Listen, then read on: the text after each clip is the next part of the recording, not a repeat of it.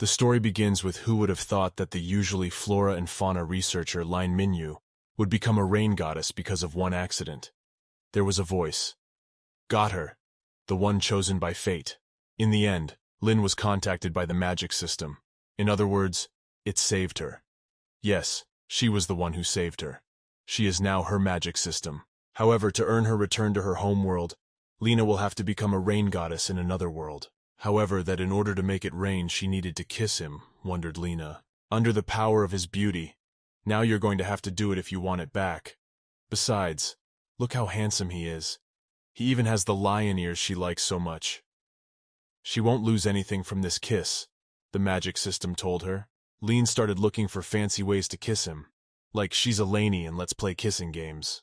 What she didn't realize, however, was that it would spill over into something more. She only saw him as a friend, yet he had decided that Lene was now his wife. Manfei is only his youngest, and Line is his female. And how could she resist such a cute little lion cub, Lene thought. Wait a minute, others started courting her too, didn't they? Lena would make them ardent desires. But now, from the beginning, and in order. The laboratory where experiments are conducted, a girl stands in front of a large aquarium with water and writes something. This is an experimental organism, a C2 of a new species, which after 2 years of work by recombination of genes was bred by our research group. Our main character's name is Line Minyu, a researcher at the Izuyuan Zoology Research Institute. The girl looks into the aquarium and says, "It is still in the incubation stage for now. There's some creature lying in an aquarium, and the girl is waiting for something to happen to it. I think it was just starting to happen. The shell was beginning to open. He'll be here soon," Lena said. Sometimes she wouldn't have thought she could witness history because of her lessons. "We need to get a picture of everything soon and send it to the work chat room," she told Lena. S2 looks fascinating. It looks a bit like sea wax, and its body looks like a jellyfish, and his tentacles glow. "What's going on in the aquarium? The electricity is flowing!" Leanne shrieked in surprise. The girl immediately rushed to the outlet to unplug the aquarium. Need to unplug and move it to another tank, she thought. Can't put C2 in danger, or they'll lose the results of years of work. The girl reached into the aquarium to retrieve the creature with a net. And just like at the beginning of our story, we're repeating ourselves. There was a voice. "I've got her, the one who was chosen by fate." The monster grabbed Linai and carried her away. The girl thought she was in pain. What a shame, so she's dead. But in her stupefaction she saw a flask of water and heard the words, "Drink some water." She thought, is that S2 water? And she kept yelling, "Don't eat it!" And she threw back the water dish. She was answered to this. "Don't spill water like that if you're not thirsty. It's very precious here." When she opened her eyes, she saw a guy in front of her. His ears were like an animal's, soft and fluffy. Jialan, the Lion King, head of the Western Malia tribe. Leanne, when she saw it, started mumbling, Well, I'm sorry I attacked you." She was really scared because she had been attacked by a S2 and almost drowned. "Thank you for saving her." "Oh yeah, what's up with S2? Is everything all right?" "And the starving rabbit is your species or something. What tribe are you from?" the lad asked. But he thought to himself, what a strange species. He'd never heard of one before. He must find out who she was. Explanation for starving rabbit, they have it consonant with like S2. Lene asked her tribe's appearance, surprised, couldn't figure out what he wanted from her. When she looked around, she saw that they were in the desert, and not in her lab where she had been just a few minutes ago. The girl asked why we were in the desert. She had just been in the lab. The guy leaned over to her and asked Xianshi, "Is this your tribe again?" Clarification in this guy's language lab is consonant with Xianshi. He thought again he had never heard of such a tribe. She is definitely not from his tribe. "Malia, where are your males? Why did they leave you in the middle of the dangerous desert?" he asked. Lene looked at him and thought tribe males he was using some strange words. "Wait a minute," she said. "Those are lion ears." She noticed this guy had fluffy, soft ears on his head. "What cute ears, are you a cosplayer?" "Yes," she asked and started touching those ears. "Oh, it's just like a real one." But it doesn't seem to hurt him at all, she thought. Apparently, because she was attacked by S2, she started hallucinating. Now she sees this man with her favorite lion's ears. But obviously the guy didn't like it. So he grabbed her hand and pulled it away from his ears. It was kind of rough. "Insolent female, how dare you touch his ears? Don't you know that this is a forbidden area of the king?" shouted he. While he was yelling at her, Lena noticed that he had more than just fluffy ears. Oh, and the tail is also a forbidden zone. What a touch, such a real touch. As if everything is real before she never had the opportunity to touch the lion to enjoy at least in a dream, thought the girl, and began to feel his soft, fluffy tail. The guy didn't realize she was trying to woo him. First the ear oil, now the tail. He got a little angry, grabbed his arrow and threatened Lena, pointed the arrow at her neck. She screamed, "What are you doing?" And the guy asks, "What tribe are you from? What are you up to?" And then Lene realized that the pain was real, and even blood was already starting to seep from his island of a tip. "I think she's moved somewhere," the girl thought, "and now she's in danger." They continued to be in this position. And what do I do now? She of course escaped death, but was transported to some unknown time. That's how those words were deciphered in the beginning. She is the one chosen by fate. She thought it was the same voice as S2's when he pulled her into the aquarium. Some strange creature appeared in a cloud, a small one with wings. The creature said it was her system, White Dadan. "White, aren't you yellow?" The girl asked why she came out of nowhere. She started pointing her finger and says, "To this guy, hurry up, look around." The girl in yellow appeared right out of thin air. "She's a lot more suspicious than him, so you better question that creature." But the guy didn't even move, he's like frozen and staring at her. Lean asks, "Why are you frozen, or have you decided to let her go?" While the guy froze, either couldn't get his arrow away from her neck. "So she was the one who saved her?" Line asked.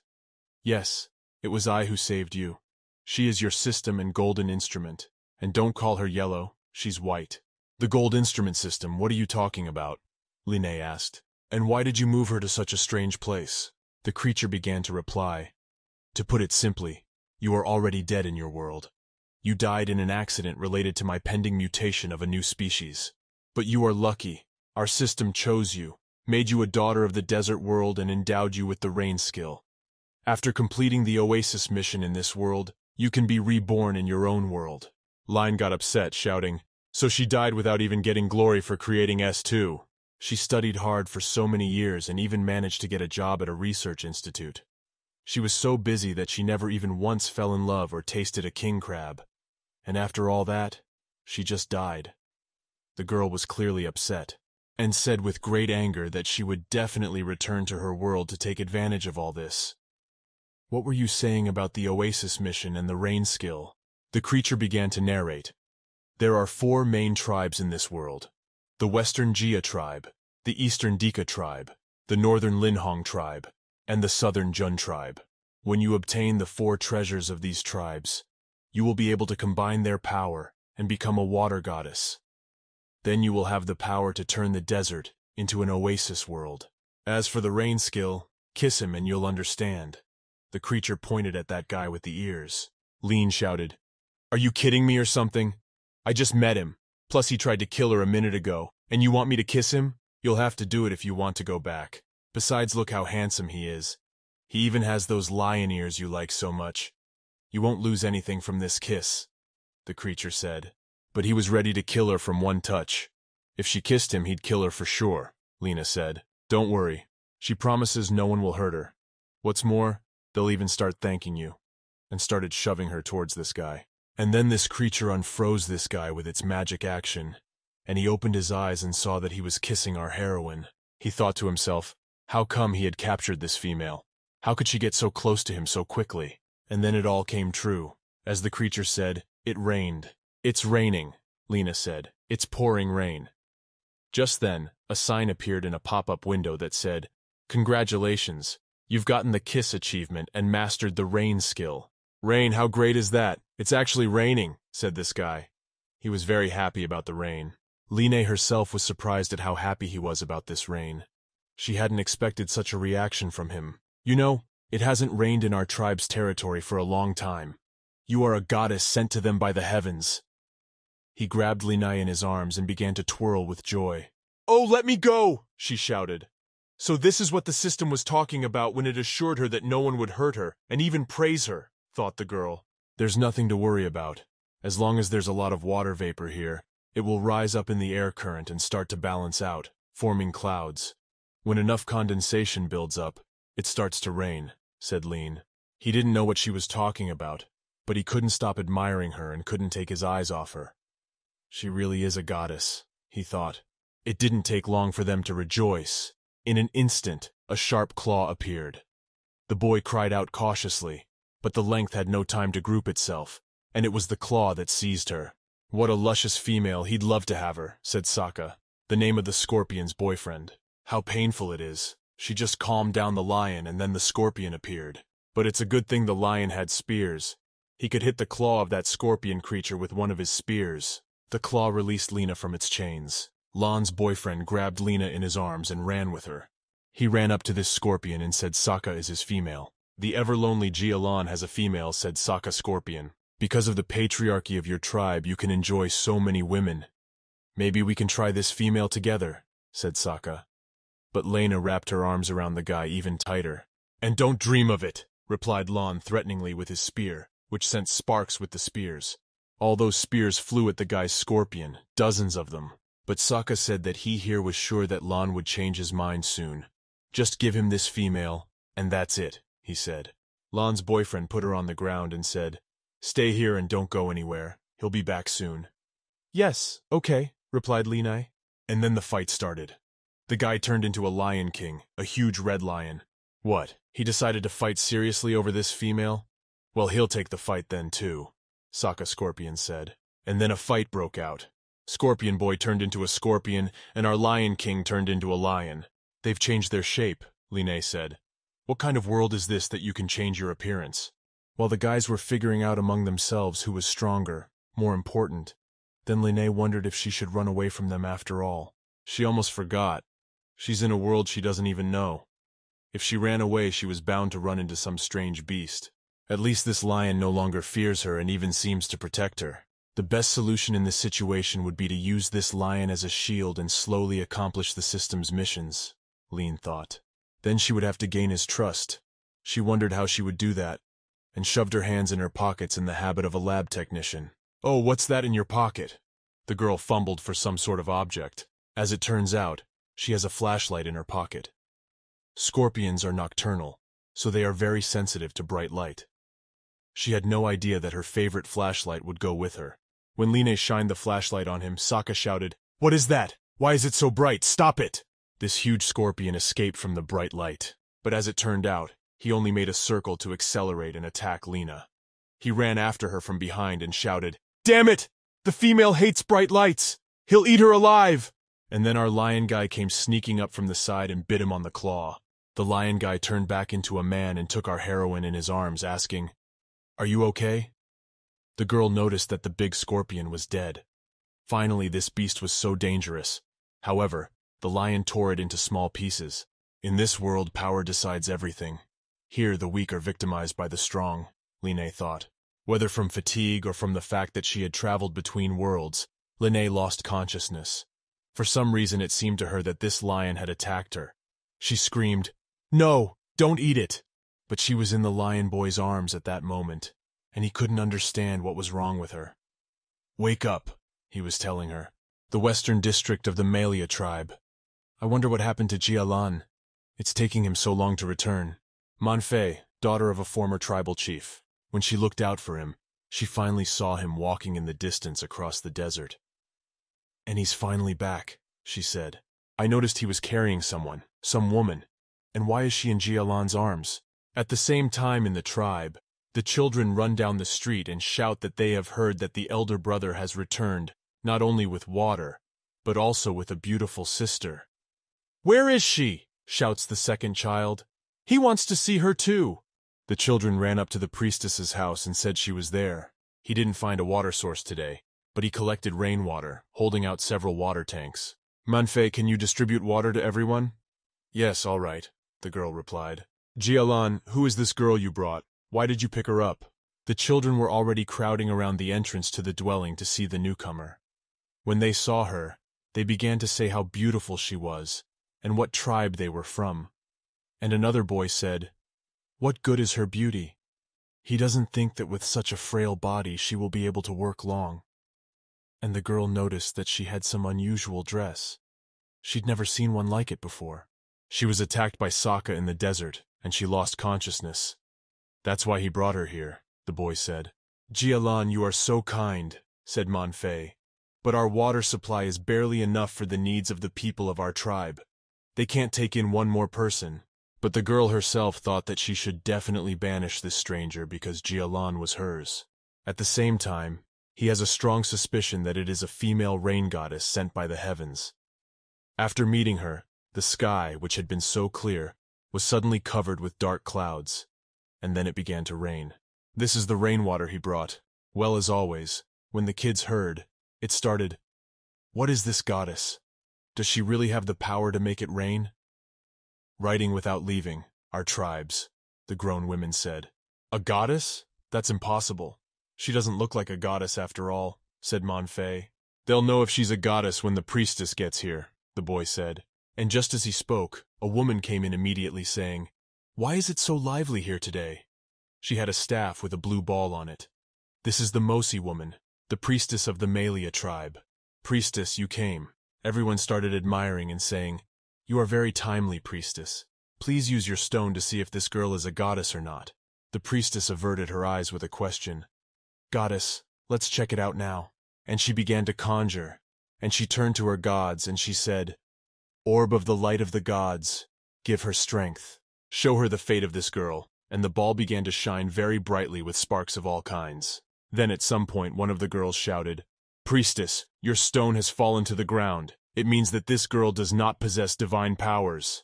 That was exactly what the priestess said. The stone did not detect divine power in her. But there was something wrong here. Even if there was no divine power in it, the stone shouldn't have reacted like this. The woman picked up the stone, and at that moment it started raining outside. Everyone started yelling, "Yay, rain, a real goddess!" The priestess thought it was the future foretold by the magic stone. So this is the future this girl will bring them. An excerpt of what the priestess saw. So this is the rain-blessed city of Malia. This is the land where our time must live. Get them out of here. Brother Linhei, Jialan, since this girl has no divine powers, we will escort her out of here. When she wakes up, we don't have extra water for her, said Manfei, but the priestess stopped them. "Wait," she said. "Though she has no divine power, she can greatly affect the future of their tribe. But great fortune and misfortune go hand in hand. It can be a good opportunity, but it can turn into a curse. It must be weighed carefully." "Then let's have a vote. Let everyone choose for themselves whether to keep it or not," said Manfei. And then everyone would start shrieking. The girls who were with Manfei would shout that they were against the girl staying, and the guys who were in favor of Jialan, they, on the contrary, said that they agreed, and this new girl was staying. "It's so noisy in here, and some girls are yelling too," she said to Lena, waking up. "Line!" Jialan shouted. "She's his female, and none of you will lay a finger on her, since the priestess said she could help our tribe. He's keeping her, and will resolve any trouble she brings." Linne heard him say that she was his female. Why was this guy starting to say such strange things again? And only Manfei was very displeased. She clenched her fists in anger, and thought that this unknown girl had to leave their tribe. Jialan's female can only be her. Evening came when already Linky had come to her senses. Then Jialan decided to show her where she would live. This is his abode now. Now she would live with him. And Lian asked where she would sleep. Jialan poked his finger at a large block of stone, flat, and said, "Over there." "Line," she asked. "What about you? Where do you sleep?" Line said, "You are my female. Naturally, he will sleep with you." Lin shouted, "What? You're going to sleep with her?" "You can't do that. We've known each other for the first day. She can't do that. She's not that kind of girl. Besides, another girl seems to like you a lot, Faye. She won't be thrilled if she finds out we're sleeping together." All the more reason for Lena to just imagine what could happen. Lions, after all, are very strong and have endless attraction. If he gets it in his head, she certainly won't be able to avoid it. Wait, what is she even thinking about right now? This is not the time for such thoughts. Gotta pull herself together. She's unshakable, an unbreakable fortress. Jialan walked over and hugged her, saying that Manfei was only his youngest, and Linghe was the older female. He had shot a boar this morning, so now they would eat. He drew his sword and began to cut down the boar. After cutting off one of its legs, he said, Here's a boar's leg. Is that enough for you? Asked the girl. With that paw in her hand, she wondered how she could eat it. Jialan immediately showed her how to eat it by biting off a piece of meat from that leg. He began to chew and said, "How else can you eat meat? You just take a bite and swallow it." Lena felt sick to her stomach and started vomiting from what she saw. She understands that it will be raw meat, but he's in human form now. So this world still hasn't learned how to use fire, she thought. The guy asked if you're not feeling well. If so, he can take her to Mobe. He's a bit of a doctor. She said she's fine, but she has one question. Do they have a fire? He asked why you needed the fire of our tribe well guarded in his abode. If there's no fire, she'll do without meat. She'll need some fruit if there is any. Lena was given fruit, and sat eating and thinking what kind of primitive society it was that guarded the fires. She thought she'd have to teach them something, and she'd probably start by building a fire. When the night came, they went to bed, and I couldn't sleep. I couldn't sleep. I thought that even though they were sleeping together, luckily he didn't do anything strange. While she's lying there thinking, her system comes up and says she's happy to be lazy. You forgot your mission. Now you need to jump on this guy. The system shows her how it should be. She should jump on this guy and start kissing him. Why does she hesitate? The system asks her to kiss him and eat him, but isn't her mission to fulfill the Oasis quest? What does that have to do with this guy? And stop thinking about vulgarities. You've forgotten about the rains that came because of one kiss. Don't you want to unlock more skills to make it easier to complete your mission? Line thought about the words. There was some truth in the system. Moving closer to Jialan, she doesn't think she has much to lose from kissing such a handsome guy. No, she can't, she told Lena, not much to lose. What the hell is she thinking? It's all about the white Dedan. The girl fell asleep, and in the middle of the night, she felt very cold. Jialan moved over to her and hugged her so that she could sleep peacefully. But she lay there and said in her sleep that she was cold, so cold. Lan put his hand on her forehead and realized she had a fever. Could it be hypothermia? She can't lie here anymore, he thought. He tried to wake her up, shaking her and asking if she could hear him, but she didn't wake up.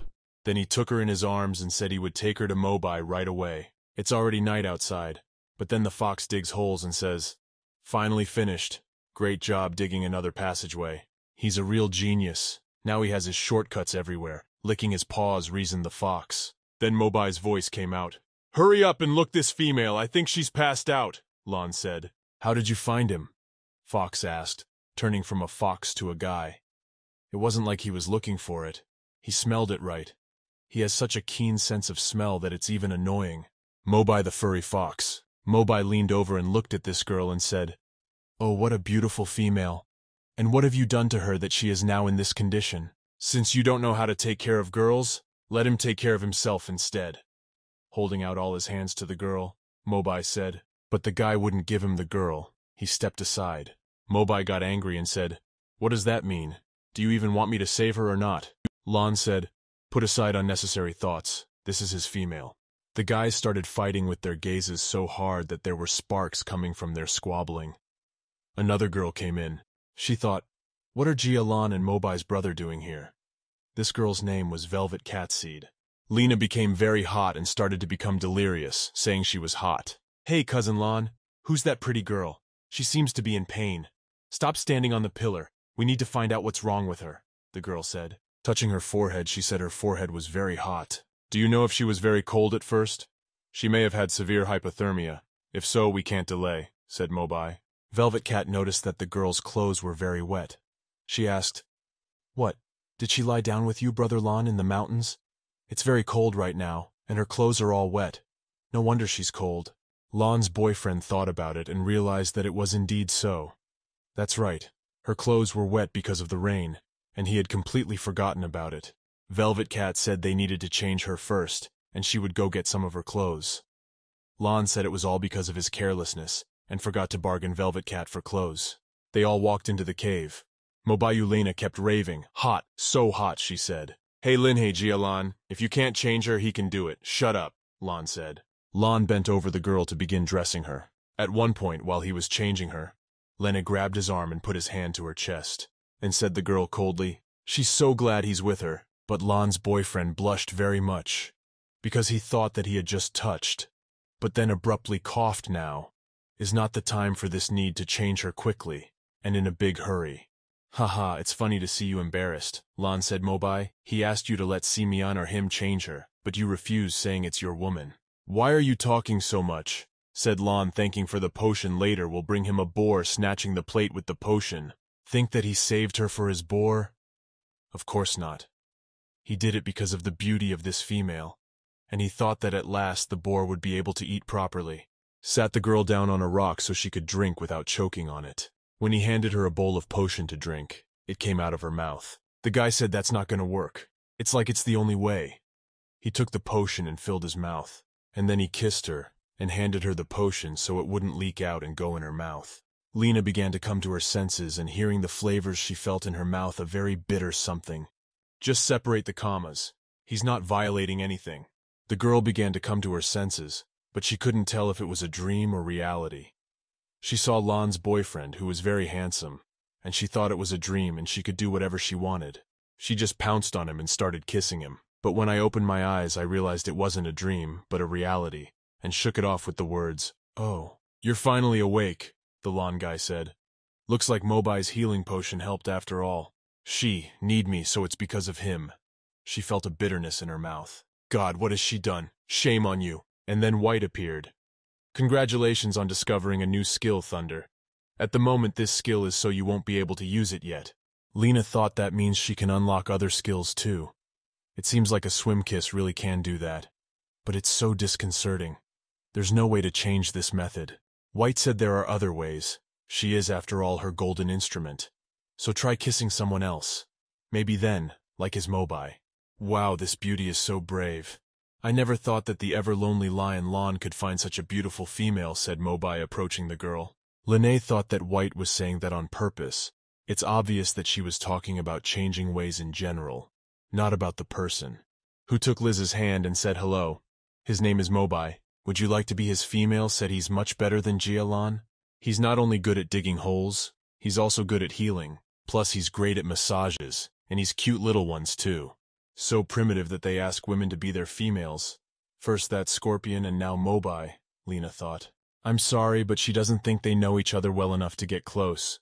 So she took her hand away. Mobai turned into a fox and said you really don't want to make a very pitiful expression on his face, or rather his muzzle. So cute and fluffy, thought Lene, and can I touch your tail? It's so big and fluffy, said Lene. Well, accept, Mobai said, and let her touch it. It was unclear how, but Mobai was in Lene's arms very quickly. She noticed that he was very soft and fluffy, but she was surprised at his speed.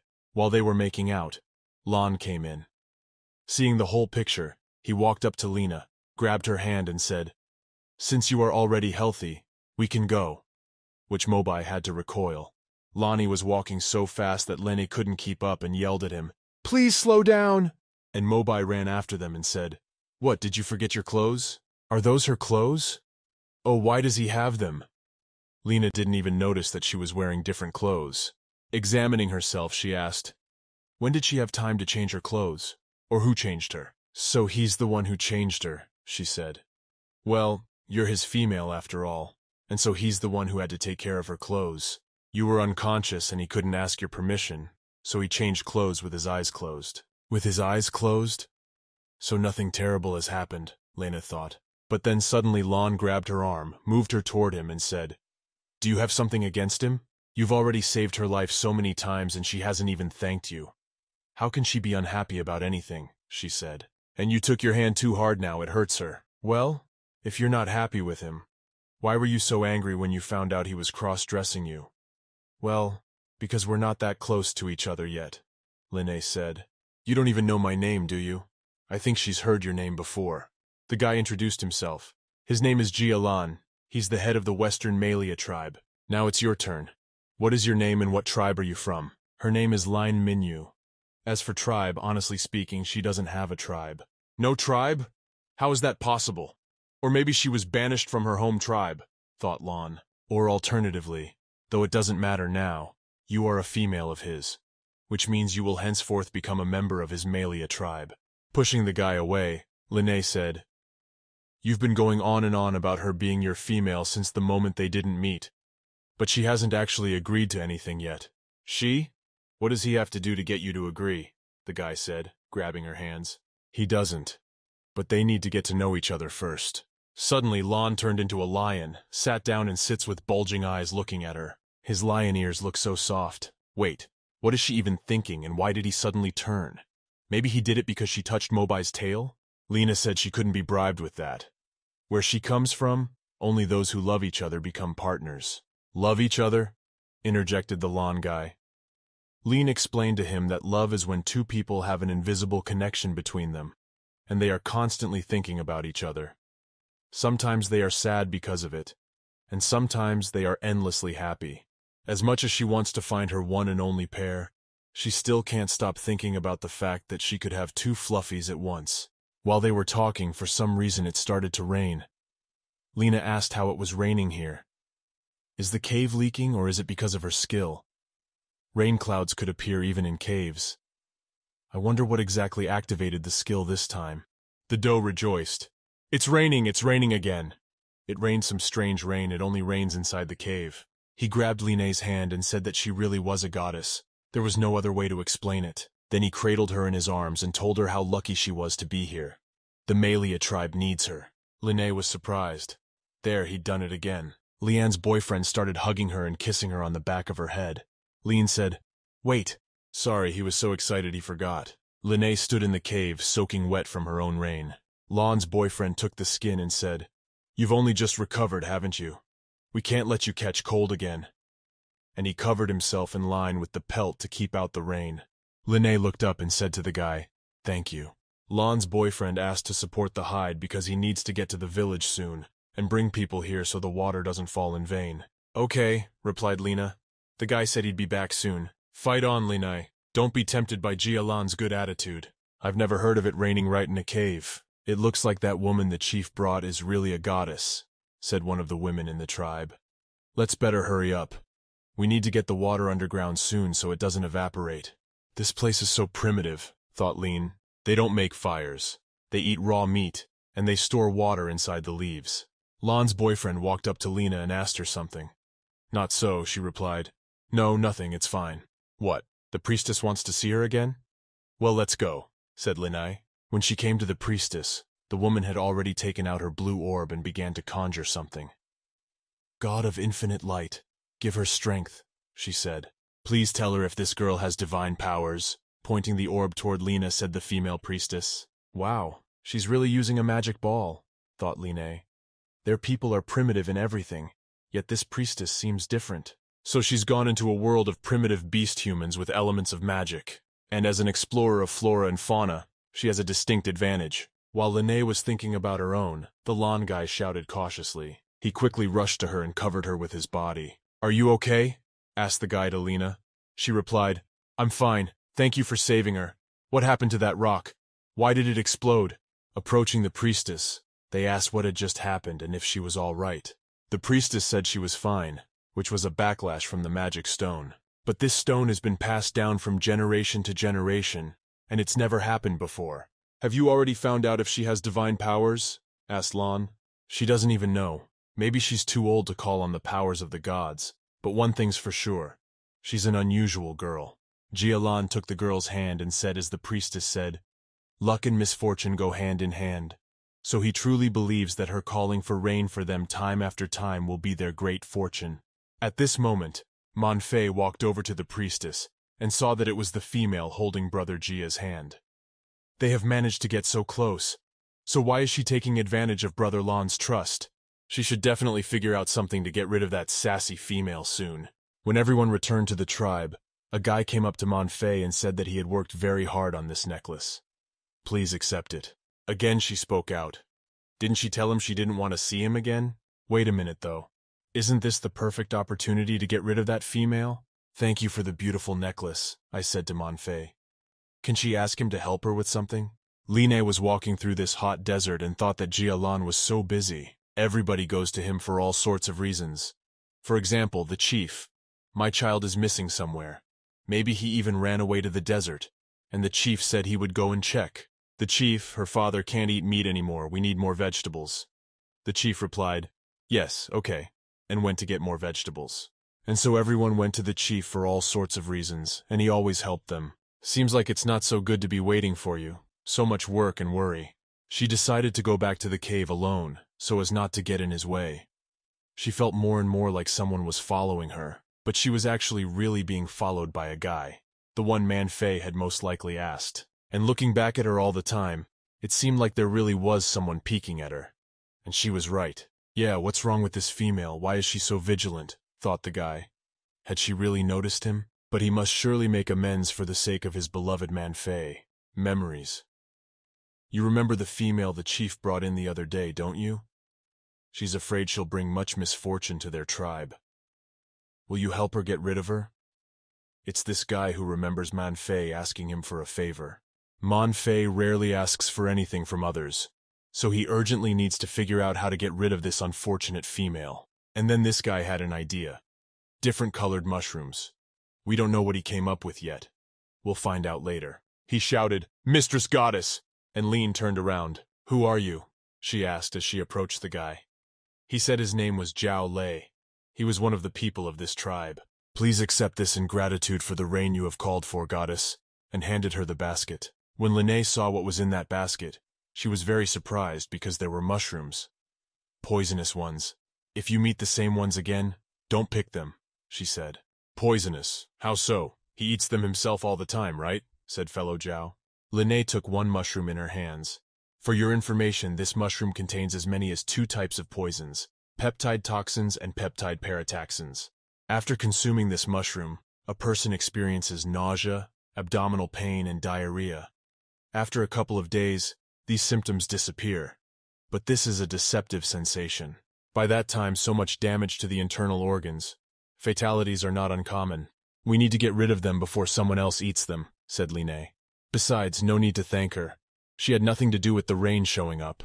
In an instant, before he could finish speaking, Lin was attacked by this guy with the words, "What a tedious," and annoying.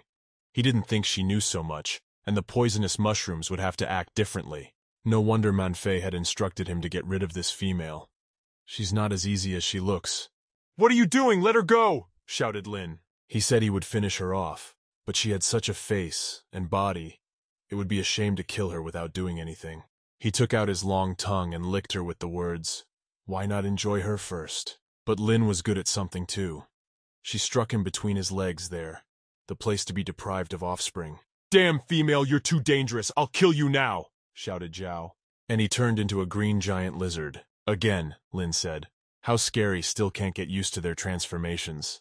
"It's a monster!" it shouted. "Come here!" and chased after the Lin girl. Shouted, "Zhaolan, save me," and ran with all her legs. She couldn't run anymore. It was still a long way away from the settlement.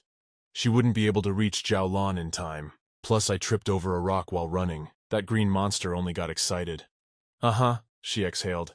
"Finally, ha-ha, now she has nowhere to run to." All Lin could think of was to grab the sand and throw it at his face, saying, "Back off. The lizard's weak spot is their eyes." The sand hit the spot, and it was the lizard guy who screamed. He hadn't expected this from Lin. While he was floundering there with that sand, Lena got up and walked. This time she took care of herself. Having come almost to the village already, she wanted to get there as soon as possible, but she had no strength at all. She fell to her knees in the middle of the sand, unable to move. Her eyes began to flicker and go dark, and she lay down on the sand altogether. That's when Man Fei came over. "Die already," she said. Even before she dies, she dares to shout out Zhaolan's name. Your life is in her hands now, and she wants that one to pray for death. When Zhaolan was already able to help everyone in his village, he picked a lot of different berries and fruits for his Lin. She must have already reached the cave and is waiting for him. And this fruit should be enough for her to eat, Zhaolan pondered. As he was walking along the road towards his village, he saw Lei Si. It's a lizard guy. He was lying on the ground. "I think he hit his head on a rock. He'll live," said the fox doctor. "You're so worried about him. Sit down already," he said to the land guy. "Yeah, what does this have to do with race?" He said late and still not back. "That's weird. It's pretty dangerous outside right now. He'd better go look for her." Man Fei walked into the cave. "Brother, where are you going?" she asked. "I heard that there was an attack. Have you figured out what happened yet?" "Race, you're finally awake. I'm glad you're okay," Man Fei said. "Race, what happened to you? Why were you lying unconscious in the middle of the road?" Lan's boyfriend asked. But today he started to tell me, but he was interrupted. Manfei started to say that with you, Foxy still has a headache and stroked his head. Whispers in his ear, need to blame it all on Lena. And then he cried out that he remembered what had really happened. Today he went to the mountains, shot some hares, picked fruit and mushrooms, and on the way back he was stopped by a goddess and passed out, and began to turn his head. And where are his hares and fruit? Jialan shouted. So you mean to say that Lin hit you on the head to take everything you had gotten? Rumors began to fly around the tribe, people discussing what they had recently heard, that theirs was not a goddess or goddess at all, but a spy from another tribe. How so? But that time she was the one who summoned the rain for them. Doesn't that make her a goddess? Saying that she was tricking them into trusting her? But no one knows yet what trick she used to summon the rain. The girls gathered outside were discussing. Passing by Jialan, heard a conversation from those girls. They heard that yesterday she hit Race on the head and stole all of his loot. Fortunately, he's fine now. Poor Lacey, the girls said. He had been searching for Lena all day, scoured their entire territory. But he still hadn't found her, Jialan thought. Lin, where did you go? Lan's boyfriend thought. As he approached his brothers, they asked him, have you found that spy from the other tribe? What will you do with her? They asked. Chiefs, it was you who brought the spy to us. You must deal with her soon. Who started spreading rumors about Linghe being a spy? Jialan asked. It's not that simple, everyone's talking about it, said one friend. Looks like Lacey doesn't know how to keep his mouth shut after all, thought Jialan. His friend also said he didn't claim it, just assumed it. That's just a guess, so keep it to yourself, the Lan guy said. Don't tell anyone about what happened today. Once he's found, they'll have a normal explanation. The first thing to do is to clear Lena's name. The one who shushed everyone went to look for her. Lan's boyfriend. If those spreading these rumors get to her first, there's no telling what they might do to her. This was where he had found Lacey yesterday. Jialan began to explore the area to see if he could find any traces. If you sniff, you can detect the odor of two kinds of blood. One of the odors belongs to, and the other, this place smells like Lena. Looks like someone hurt her here. Interestingly, the footprints, though indistinct, if you study them closely, you can realize that they belong to Lena. Back in the tribe, Jialan burst into the hut with the words, Lei Shi, you're a damn liar. Chief, what are you talking about? Why did you call him a liar? Lizard Boy shouted. What the hell did you do to Linai? Grabbing his neck with his hands, he found her blood and footprints in the spot where he'd been lying yesterday. What have you done to her? Once more he screamed. Admit it already. You took your animal form and chased after her. That's what caused her to fall and hurt herself. How did you know? No, she hit me on the head and pelted me with sand and stole the loot. Why would she do that? There's plenty of food in his cave, and punched him in the face. He didn't want to expose his lies in public. But if he did something to her, that's another conversation. And continues to bash him. Jialan, stop, the priestess said. If you keep beating him, he'll die. Then you'll lose your only lead. She checked Lena's consciousness through the magic stone a while ago. She's still alive, the priestess said. Right. We need to find her as soon as possible, thought the Lan boy. He yelled again that he was giving him one last chance to tell him where Lin was. But the guy's face was already so run down that he could barely speak. But he tried to answer. He really didn't know. She threw sand in his eyes and he saw nothing. She must have run towards the settlement. Now you know everything. No one sent the truth to them, the boy shouted. You almost insulted the goddess of their tribe with your words. What, don't just stand there? Go immediately to find her. He ordered all the people of the settlement. All the people heard the truth and said, yes, we're going to go look for her. The cave in which Linnae lies, she came to her senses. She's so hungry. I'd like some pork stew or poultry now, or at least some fruit, I told Lena. Will she really die of hunger and cold here, lying on the rocks? Thought the girl. If she dies here, she will definitely complain to the lords of the underworld for being wronged here. First she was ruined by her own creation in the lab, and then she was transported to another world where she didn't even get to spend a few days. She couldn't think of a crueler fate. Just when she thought she was saved, she's locked in some strange place. And the water's all over the place, so I have to pick it up by the drop. It's a shame to die like this. Useless system. It's useless in critical situations. And now it's pretending to be asleep. There was a mad rumbling sound and a light came on. A voice rang out. Lena, that was Lan's boyfriend. He found her. But only Linnae couldn't see it. It seemed to her that it had already come her death sentence. She said, "Master, have you personally come to take her life?" "Line, what are you talking to?" Lan's boyfriend said. "It's him, Jia-Lan. It's all right, he found you." He picked her up in his arms and said, "At last he's found her.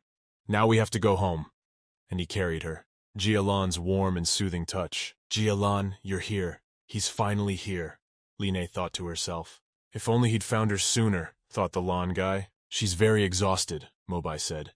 "Even if she wakes up, it will take time to recover." Lan asked, "Isn't there anything we can do to help her with her recovery?" Mobai thought about it, and remembered that the cinnalin flower calms the mind and nourishes the body. If she took it for a while, she would recover. But this flower, there are too many wild beasts. He rarely goes there, so he doesn't have the flower on hand. The boy remembered that there were these flowers in the settlement.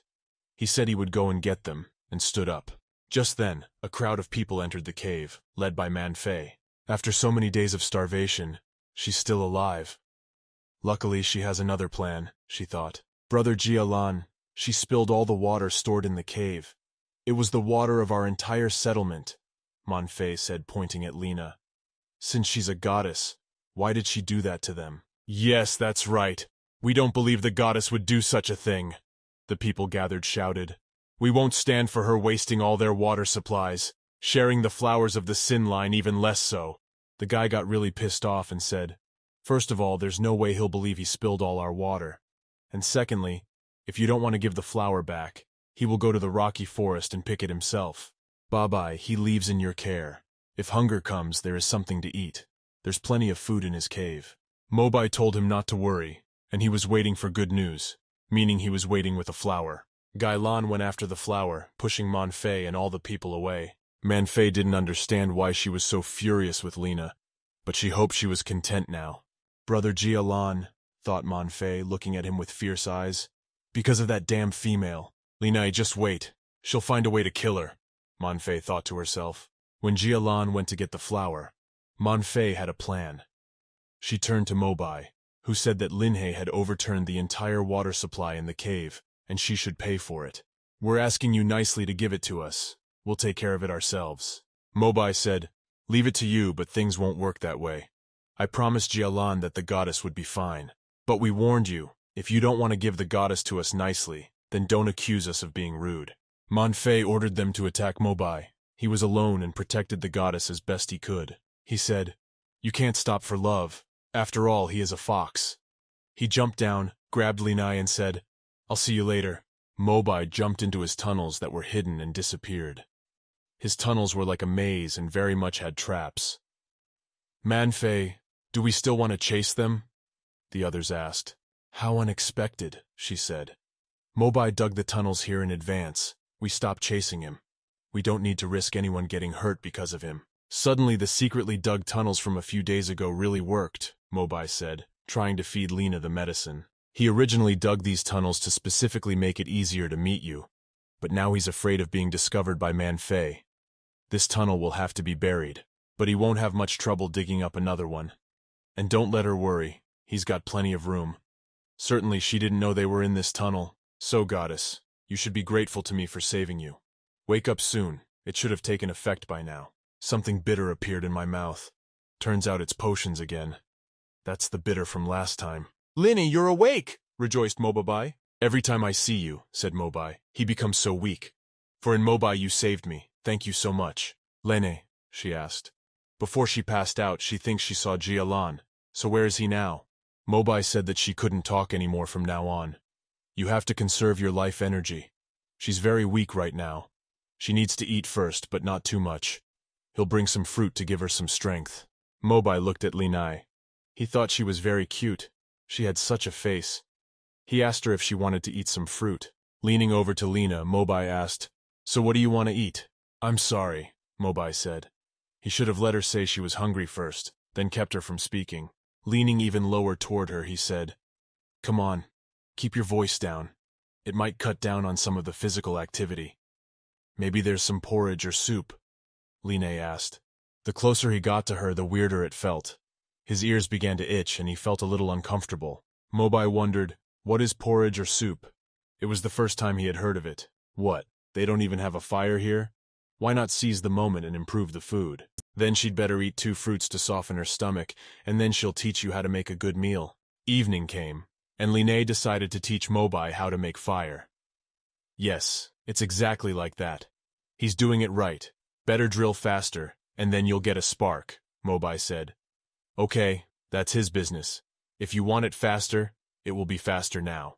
Finally, after some time of friction, he got it right, and the fire appeared. When Mobai saw the fire, he was horrified. Fire! It's fire! He shouted. So hotly he turned into a vixen and jumped into Lena's arms. Using just a wooden stick, he was actually able to start a fire, which was very much appreciated in the tribe. You're so cool, a real goddess, she said to Lena. As Mobai sat in Lena's arms, she stroked him. He was so soft and comfortable. If she could travel through time, she would love to have him as a pet. While Lena and Mobai were enjoying the fire, Jialan arrived. When he saw them, he dropped the flower he had been looking for. Line! Jialan exclaimed. But he rushed at Mobai in a rage and said, Mobai, what do you want to do with my line? This is my female! Mobai shouted, Let him go, I wasn't going to do anything. Lan, you're back so soon? He should have told you to turn off the path when he left his mark. He was originally worried that Monfei would be able to find this cave, so he purposely left the mark so that she wouldn't suddenly find them and disturb his solitude with Linai, Mobai thought. Mobai, let him warn you one last time. He, Jialan, has no intention of sharing his female with others. It's a habit to enjoy women alone. And anyway, this goddess is his, and stop looking at her like that. Lan, you're talking to yourself. What makes you so sure Linai didn't become yours? Did she say yes? Mobai asked. Somehow he hadn't heard anything about this at all. Line, answer him. Jialan, she really isn't yours. What makes him think she gave her consent? It hasn't been discussed yet, Linnae said. Suddenly her body felt so heavy and she found it hard to breathe. But Lena didn't Mobai, she asked him to step aside. She belongs only to herself and no one else. She asked the guys both to get away from her and not touch her because she was starting to feel bad. But Jialan didn't listen to her and walked over, asking Lena what was going on. Do you feel bad? Linnae didn't answer that she was somehow having a hard time breathing, short of breath, gasping for air. Lan lifted the flower from the ground and said that you should eat it as soon as possible. After eating the stamens of the star spirit flower, you will feel much better and breathe easier. Linnae took the flower and chewed on it. It didn't taste as bitter as the medicine Mobai had given her. Lan asked Linnae how she felt after the flower. The girl replied that she felt much better. She was able to open her eyes and realized that the flowers were quite effective. Line noticed that Jialan's hand was bleeding. Are you in pain because you picked the flowers she just ate? The girl asked. Lan said that it was normal to bleed. He gathered a lot of star spirit flower stamens, which should be enough for you for a while. Jialan, let him explain to you, Mobai said. Mobai began to explain. These attacked. We ran. We were able to escape after some explanation. Lainey understood everything. So it was actually Jialan who found her, not the lizard who wanted to harm her. She was also imprisoned by Jialan. Well, why was she imprisoned in the reservoir? Who did it? Why was she locked up? Thought Linhei. So she needs to get over it, but she can't understand some things. Just thinking about them all the time. So, okay, the most urgent thing is to treat Jialan's wounds first. Jialan, thank you for saving her, and went to the stone forest to find this star spirit flower for her. Taking his hand, said to Lena to bandage his hand. Because his wound is too deep, so you can't treat it with neglect. It must be treated well. Otherwise it will fester. Jialan had done so much for her, but she just said that she wasn't his, and she wasn't like him. She broke his heart. Mobai, do you have any wound disinfecting herbs here? Jialan, it needs to be disinfected or treated with something. Mobai asked, what is disinfection, and what kind of bacteria does it kill? Linnae had forgotten that there was no concept of sanitizing in this place. She feels like she can't clearly explain to Mobai what he needs to find. Incidentally, she remembered seeing Baikal hellebore and Achnatirium splendens near Jialan Cave before. Baikal hellebore has a disinfectant and kills all viruses, and Achnatirium splendens can stop bleeding. Mobai, can she ask you for a favor? Leanne asked. I need to go to Lan's hut and pick 2 kinds of plants, yellow like spikelets and purple flowers. Half an hour later, Mobai brings all the plants that Lena had asked for. He said to Lena, Choose any splendor you want. Whatever you want, I found what you asked for. He has a very good memory. He followed her instructions and found those flowers right away. While Mobai was walking, then Linnae was already able to build a proper fire and cook the meat. Precious fire, she said. Mobai, you're back just in time. The water is just about to boil. Now put a bundle of Baikal Schlemnik and a bundle of Amaterium splendens. They should be boiled in water until boiling. The boys only watched Linnae brewing something, conjuring something up. They wondered what she was doing. She made a soup and a medicine. Lan, drink it, and after a while the wound will stop bleeding and heal quickly. So magical, Mumbai said. Turns out Lee can't treat patients and save people too. She knows it even better than he does himself. Then it would be better for Lena to be Mobai's teacher. Let him be your student, he said. Linnae refuses to be his woman. But it would be great if she became his master, Mobai thought. Who says master and apprentice can't embrace each other? What if he was up to something too? Jialan grabbed Mobai by the ears and said it was a stinky fox rubbing. And there are pancakes at every turn. Suddenly, out of nowhere, a white system appeared. Congratulations on unlocking the plant map feature, it beeped. Line grabbed the white one and said, well, finally. She pretended to be dead when Line was in danger. Now it came out that she didn't need anything from her. Though he is the system, she is not omnipotent. Let go, she shouted. It cannot interfere with your actions or influence your decision at critical moments. You can only rely on yourself, the system said. Lena, you'd better turn this on quick, White said and held out a ball of green plant to her. Lean touched her finger, and everything sparkled around her. Wow, Lean thought to herself. The plant map can store plants you have identified for future use. For example, you can now plant Baikal hellebore and Ochmatherium splendens in it. Inside is a very large container. There is enough space for everything. Not only can you unlock features, but powers as well. How many surprises there are on this journey that she didn't know about, Linnae said. A dungeon. Scorpion Boy is lying there thinking, is everything okay with Manfei now? His case shouldn't concern her, should it? He thought. Manfei bursts into the dungeon. Scorpius Boy asks her why she's here. Where are the guards? Manfei replies that the guard was knocked down by her. She came to save him. Jialan is now in love with a woman named Lean, and she fears that she will execute him for her own sake. What? Scorpius Boy asked. He actually wanted to fight for Manfei. So you'll have to run and leave this place, said Manfei. But he grew up in this town. Where would he go? You must go and take refuge in the Sita desert. And Jialan, no, face it. You are giving up. You must be ready for anything. You can give Sita a message to show your sincerity. Just tell Sita that Jialan has a goddess capable of causing rain. When the time comes, Sita will definitely come to capture Linhei. Jialan returned with the goddess, cheering in the tribe. The children who ran up asked Jialan, they heard that you are heading to the stone forest to look for the star spirit flower. After all, the stone forest is so dangerous. Did you hurt yourself? The children asked. He was lightly wounded, but fortunately, thanks to the goddess's treatment, his wound healed quickly. Wow! The children exclaimed. The goddess not only causes rain, but also heals. That's amazing. Linnae replied that she just knew something and was very good at it. Mobai saw the mother and sister of the flight lead the way. What are they doing? What happened to the bandaged hands?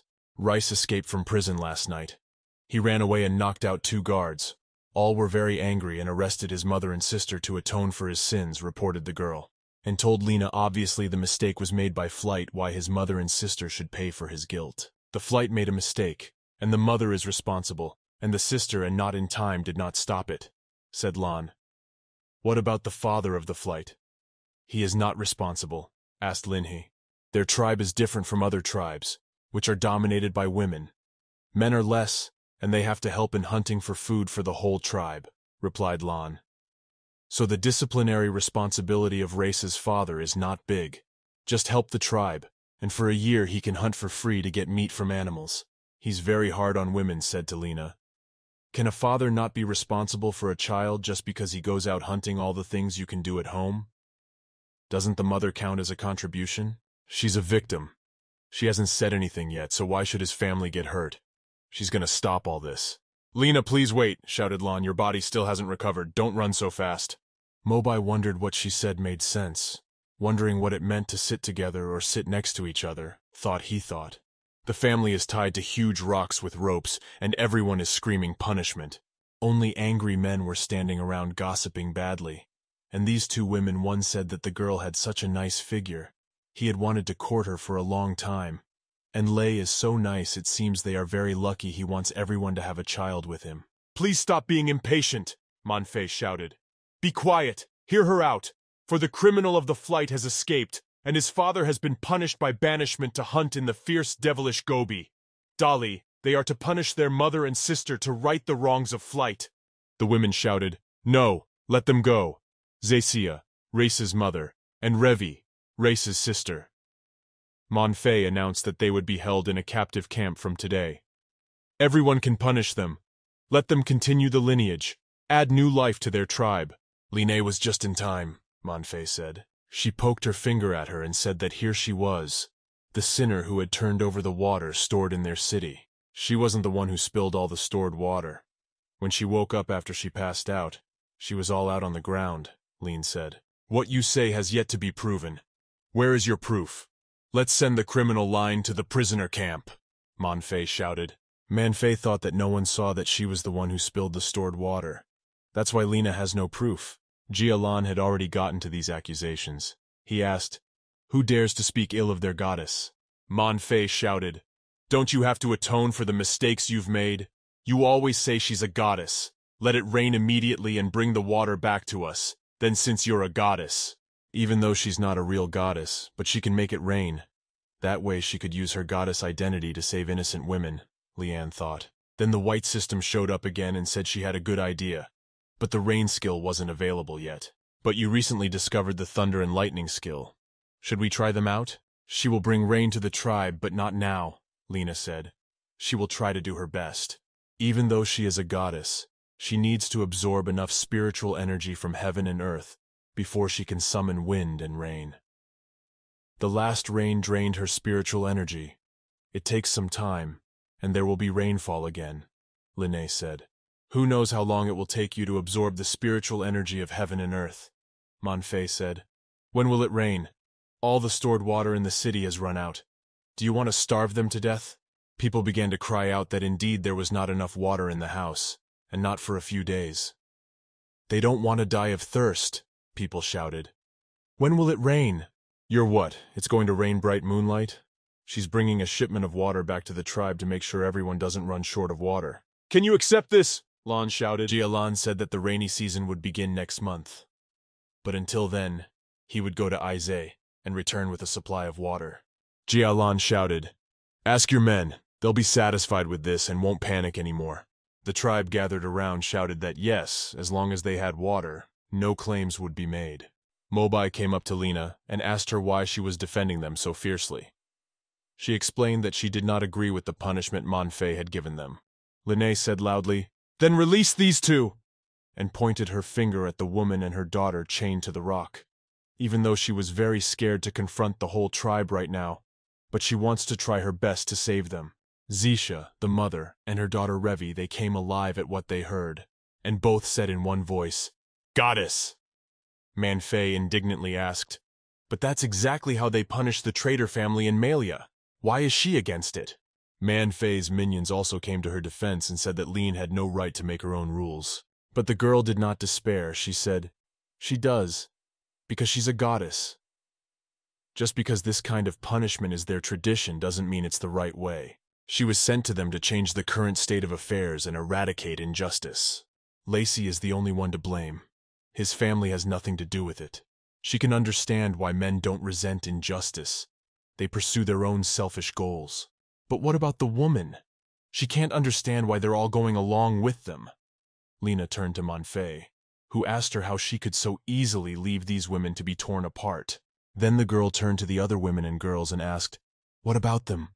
Aren't they afraid that someday they will suffer the same fate? Volkov shouted, and she thought they would let Lacey go unpunished for what he had done. Lin pointed menacingly with her finger at this fellow wolf, saying that since he wouldn't leave him unpunished, perfectly well he could set off and find him himself. They abuse poor women and children. The girl put her finger up and said that God was watching their deeds. And the reason she was so slow to absorb spiritual power was because of their cruelty, stupidity, and ignorance. Rivi's girl, who was now tied to a rock, cried out, "Save them!" Tears were pouring from her eyes. "Goddess, please help them!" Yes, and the girls around them, if only for a little while, thought about it and began to blurt out too that they always thought it was unfair.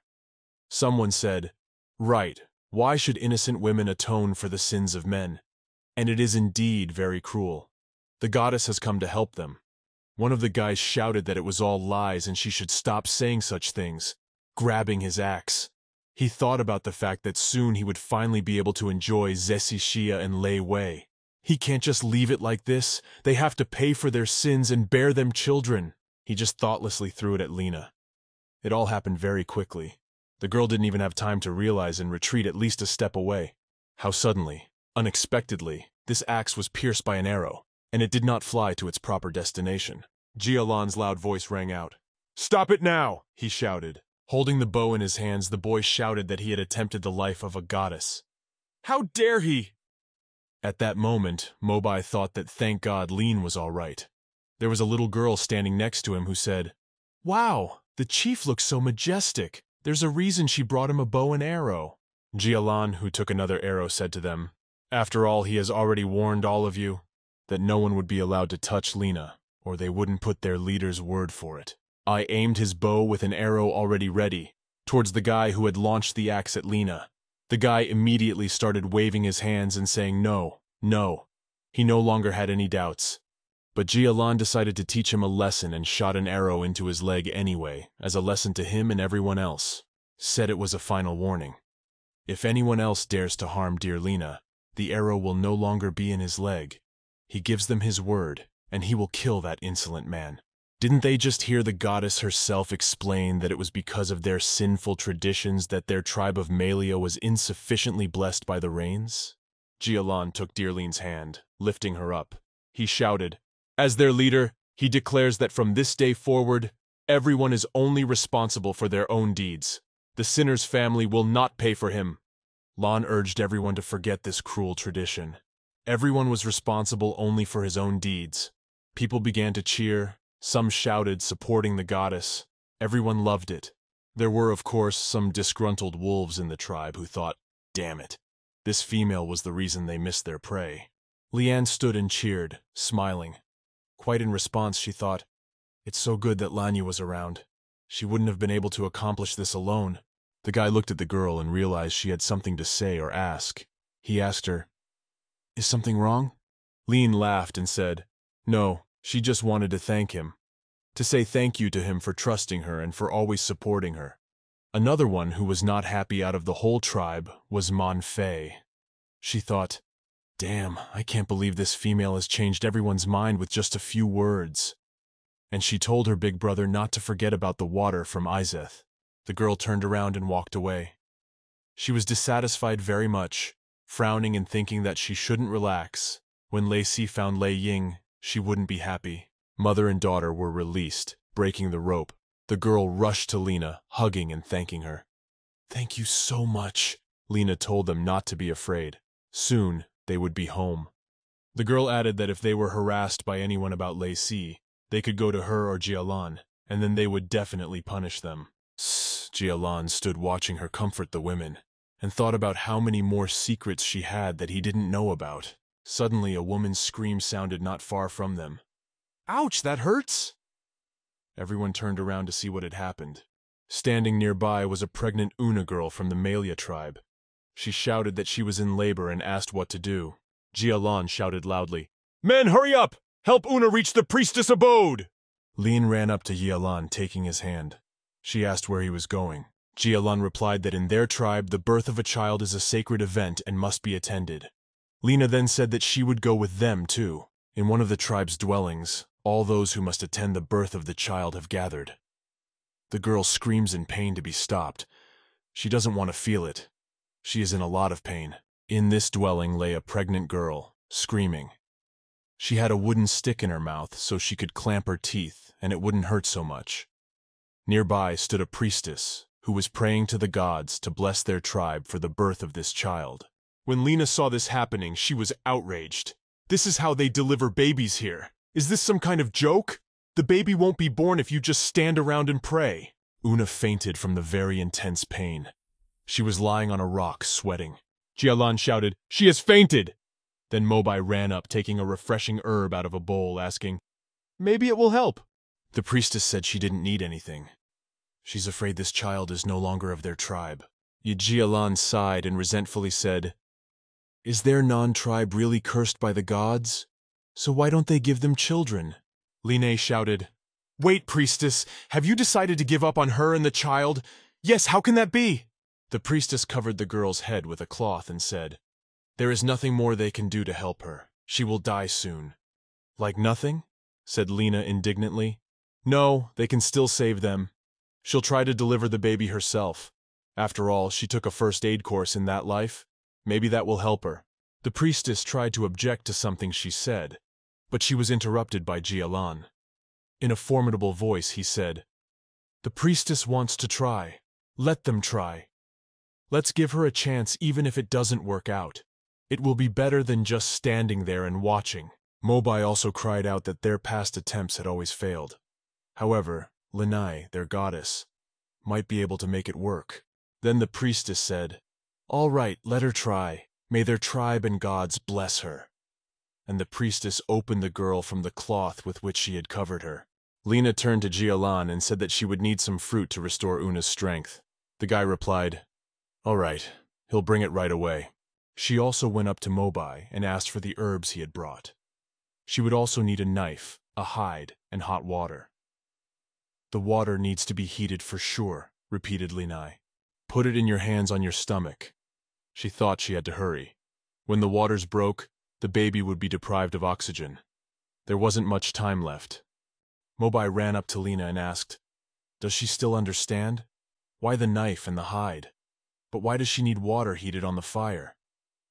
The boy is very excited because the place where the fires are kept is far away. He's afraid he won't make it in time. Lien ran up to Mobai and tried to calm him down by stroking his cheeks. She asked him to remember what she had taught him last time. The boy stood up, thought about it, and said, "That's right."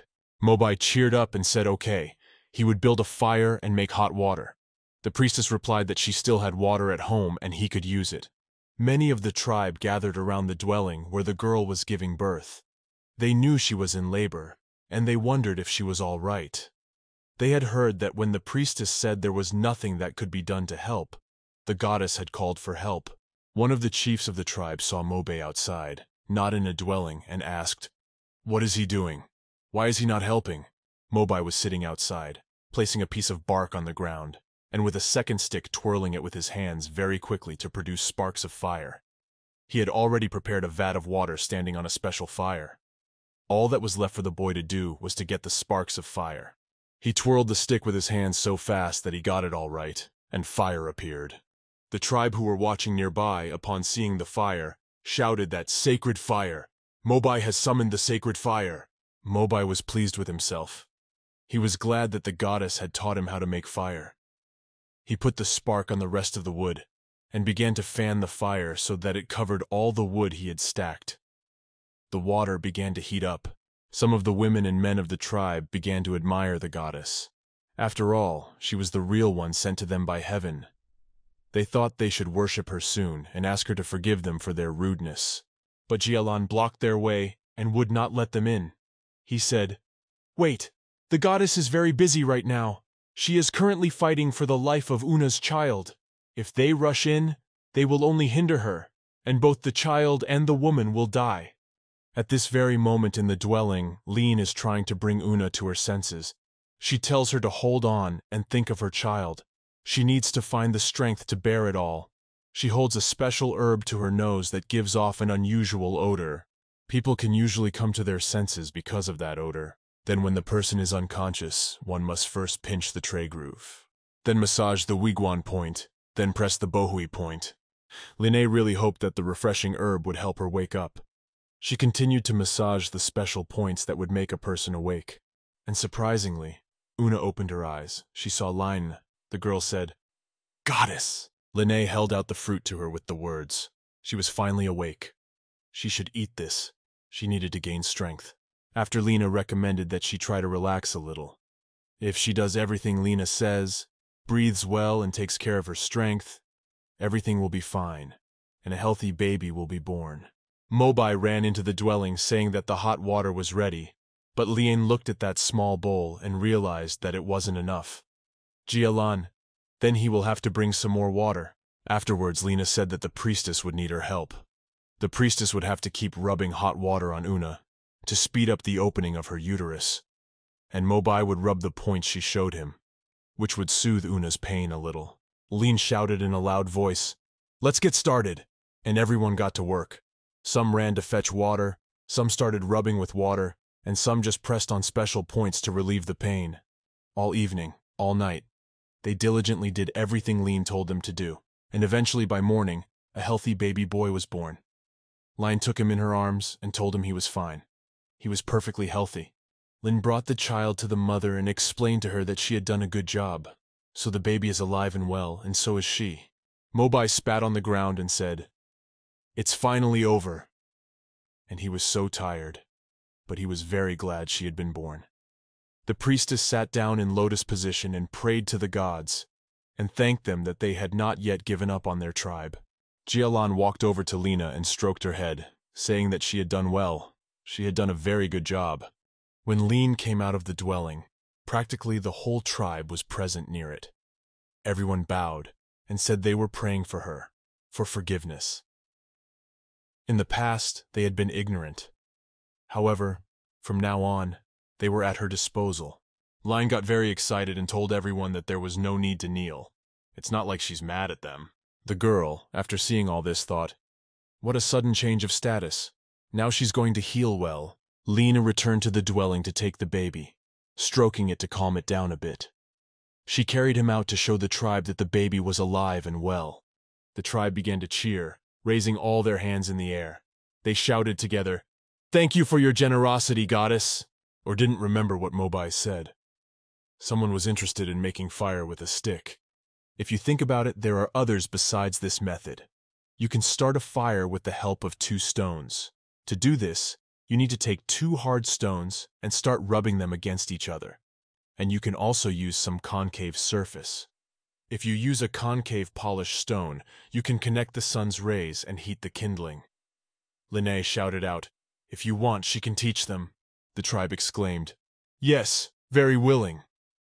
The people began to stretch out their hands for her to see them, that they were ready to be trained. A little later, a priestess came out and addressed Lena saying, "Goddess, can she carve all these methods in stone so that they can master them all in a day?" Lena gave the child to Jialan to support him. The guy even smiled from the feelings that came over him. He immediately imagined that he too wanted him and Lien to have children. They were sitting together, and they each had a child. It had been literally 15 minutes and Linai was already able to draw everything. The girl said she was finished, and to make it easier for them to understand, she used illustrative drawings. She was also quickly able to explain and show everyone everything, saying that these were the available ways of making fire in their conditions. The girl was so engrossed that she continued to tell further. She was sure that some of them had stomach aches when they drank water or ate meat. Now once you learn how to make fire, you can roast meat and boil water. Then no one will have a stomach ache. Jialan saw a strange pattern on the stone. He asked Linhe, "What is this?" The boy didn't understand. The girl began to explain, "It's called evaporation. That's how they could get water." She remembered another way to get water in the desert. First, they need to find a place where they always get sunlight. Then dig a hole in that place and place a water container there. Then cover the hole with a large sheet and fix it with a stone. And at the end you will have to place another stone on the sheet, so that it stretches the surface, and all the drops of water fall into the container. Sho Jialan asked in surprise, "You can get water this way and they suffered so much?" Lin answered him that yes, there would not be as much water as they would like, but that this method would save them in dire need. It's simple. The sun's rays heat up the soil inside the pit, so all the moisture starts to evaporate. They'll just collect it in one container. She also drew how exactly women should be delivered and cared for after childbirth. Postpartum care is very important for the recovery of a woman's body. She turned to the lady priestess and Mobai. She knows they can teach her how to do it. Mobai admired Lena. She knows literally everything about literally everything. Unbelievable! Long live the goddess! He exclaimed. And the tribe that was nearby also began to cheer. Long live the goddess! Long live the goddess! Lena doesn't know for what reason, but she felt so warm inside. For those who understand science, change and worlds are not scary. Not far away stood Manhwa. She stared at Lena and thought that when she heard that it was the reindeer who had decided to give birth to Una, she thought that she would definitely mess it up. But I didn't expect it to not only fail, but to win everyone's love. Manhwa thought that if Linhei was defiled and mutilated by several people at once, Brother Jia-lan would definitely no longer love her. It was time for Lena to go now. She said goodbye to the tribe, saying goodbye to everyone. The tribe waved goodbye to the goddess, too. On the way going home, Jia-lan asked if he was really going to fetch water from Azet. Mobai had heard that Azet had been taken over by Lei, and they don't get along. It is dangerous for him to go there now. Jia-lan replied that although Linnea had solved the dire need for water, he still needed to provide the tribe with a supply of water. He would fulfill his promise. The boy said he would prepare supplies of provisions and water today and set out tomorrow morning, and asked Lena to go with him. She was very excited to go with him. Yes, of course, Lan replied. Don't worry. I'll be there to protect you. Leanne remembered something she had wanted to ask for a long time. But because of all the incidents, she didn't have time. She said, By the way, Lanya, have you ever seen green beads like this before? The girl held out her hand to him, and in her hands were small green pebbles. I found them when I was locked up in the water vault. This kind of small stones must be very rare for the desert. Lan took these pebbles, and he suspects that the owner of these debris is the one who destroyed all the water supplies. Suddenly he cried out.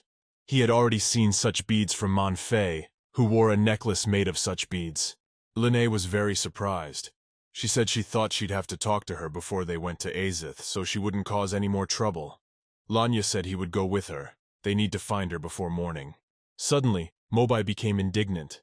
Lena was saying that in order for it to rain, she needed to lie to herself the spiritual power of the heavens and earth, if any way to speed up the process. It was just that if it rained soon, they wouldn't have to go to such a dangerous place. Lene blushed because she realized there was no other way, and replied to the Mobai that there isn't yet. She realized that the rain skill was currently in rollback, but even if it wasn't, she would have to do it again to summon rain. This was too embarrassing for her. Okay, decided to back up Lean and said, yes, she can make it rain, but they can't always rely on her alone. For water, their tribe must rely only on themselves. Someday they will surely turn the western part of the desert into an oasis. Jia-lan was even willing to try to dig a tunnel with his own hands from the river to their settlement so that they could finally have water. At that moment, Lene heard from him what she had long wanted to know. So that's what he's dreaming about. Wait a minute. Isn't his dream the same as her assignment that the system gave her? Lena said she had heard that you, exactly the western, southern, and northern tribes, have your own treasures. And if you combine them, the goddess of water will arrive and turn an entire desert into an oasis. She asked the boys if they had heard anything about these treasures, but the guys waved their heads that no. Jia-lan said that he could ask around. At this time, Manhwa was resting in her cave. In her hands, she holds those green beads. The girl is looking at them and thinking.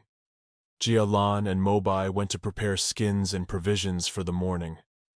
I wonder if they are doing well. Manhwa was lying down and dreaming of Jia-lan when suddenly she heard some noise from the street side, not far from the cave. She got up to go check what happened there. Coming out of her cave, the girl asked Jia-lan if they had returned already, because she thought that and she saw that Lena had fallen into her trap. The girl was hanging suspended in a net that was tied to a tree. Then Manhwa had a plan. She put on her hat, mask, and cape, picked up her spear and came to Lena, standing in front of her. Screamed, "Who are you?" Immediately she demanded that she let her go. Even though she was hovering far away, Manhwa could see that it was a stranger with a woman's outline. Manhwa shouted for the captive to shut her mouth and not talk, her annoyance. She started poking her spear right at Lenai, thus tearing the netting a bit. Lena screamed. She didn't even know who she was or why she should listen to her. It was a good thing Lena had a small knife. After the incident with Lacey, she started carrying it around with her. She took it out by cutting the netting to get out. When Linne fell from the top of this net, she caught a bit of Manfei, and the girl's mask and hat flew off her head. Linne saw the girl attacking without a mask. She turned out to be Manfei. Linne asked in surprise, "What? So it was her all along?" Manfei replied to her that originally she had just wanted to disfigure her and make her a female that everyone would take advantage of. But now that she found out it was her, it was either her now or not to live. Manfei took her spear and swung it at the girl with cries of, "Die now!" Lina didn't have any proper weapons with her for defense. She grabbed small stones from the ground and threw them into Manfei's face, causing the girl to let her guard down a bit. After which Lini grabbed her arm and flipped her over so that Manfei fell to the ground. And jumping on top of her with her own spear, she stabbed Manfei in the neck so she couldn't move. Jialan finally managed to arrive in time. He saw the girls fighting and asked Lina what was going on here. Manfei immediately started crying and shouting to him, "Brother Lan, she's trying to kill me! Please save me!" T was furious that someone was trying to kill someone. She went too far with her lies. Jialan has calmed down. She was the only one he believed. The guy asked to stand up and let him deal with the situation. Lian realized that Lan trusted only her without a doubt. The girl answered well and stood up. Then Manfei began to say, "Brother Lan, he must be on her side." The girl began to cry and her expression changed at once. She so kindly became miserable. The boy got down on one knee and told Manfei that if her father hadn't picked him up, he would have died in the desert. He had always wanted to repay his kindness. Lan pulled out a piece of wool and said that they had grown up together, and he always thought of her as his little sister. After wiping her tears from her face with this piece of wool, he added that that was why he often pampered her and forgave all her little faults. Perhaps that's the reason he didn't do well as a big brother. Because of his soft-heartedness, she grew up so arrogant and managed to hurt Lin several times.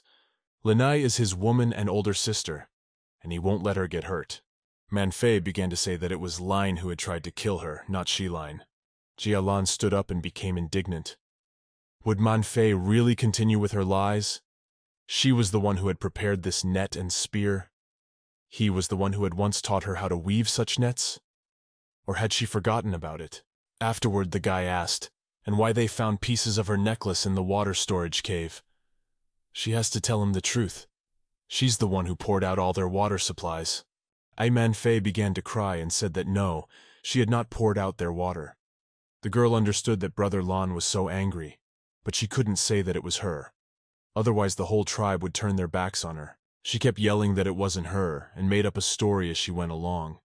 Like a couple days ago, she saw Lei Sai pour out all their water supplies and was about to go tell her brother about it, but he spotted her. Lei Sai grabbed Manfei by the neck. It caused her necklace to break. He told her not to tell anyone about it, or he would make her one of his females, and then give her as a gift to Lei Yi.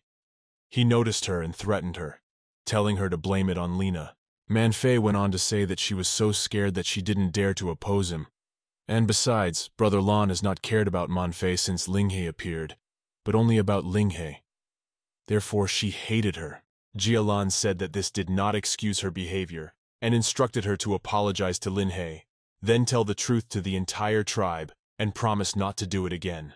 If she didn't, he would stop treating her like a sister, and wouldn't be so soft-hearted. Manfei grabbed his hand, and asked him not to turn away from her. Manfei angrily said, "Well, I'm sorry." Jialan said, "That's no good. You need to apologize properly." Manfei sighed, lowered her head, and said she apologized. She would explain everything in front of the whole tribe tomorrow. Please forgive her. The girl decided to ask if she could make it up to them and go fetch water in Eze with them. She thought that although it was difficult to apologize to this female, if she could go with her brother to fetch water, it would greatly strengthen their relationship.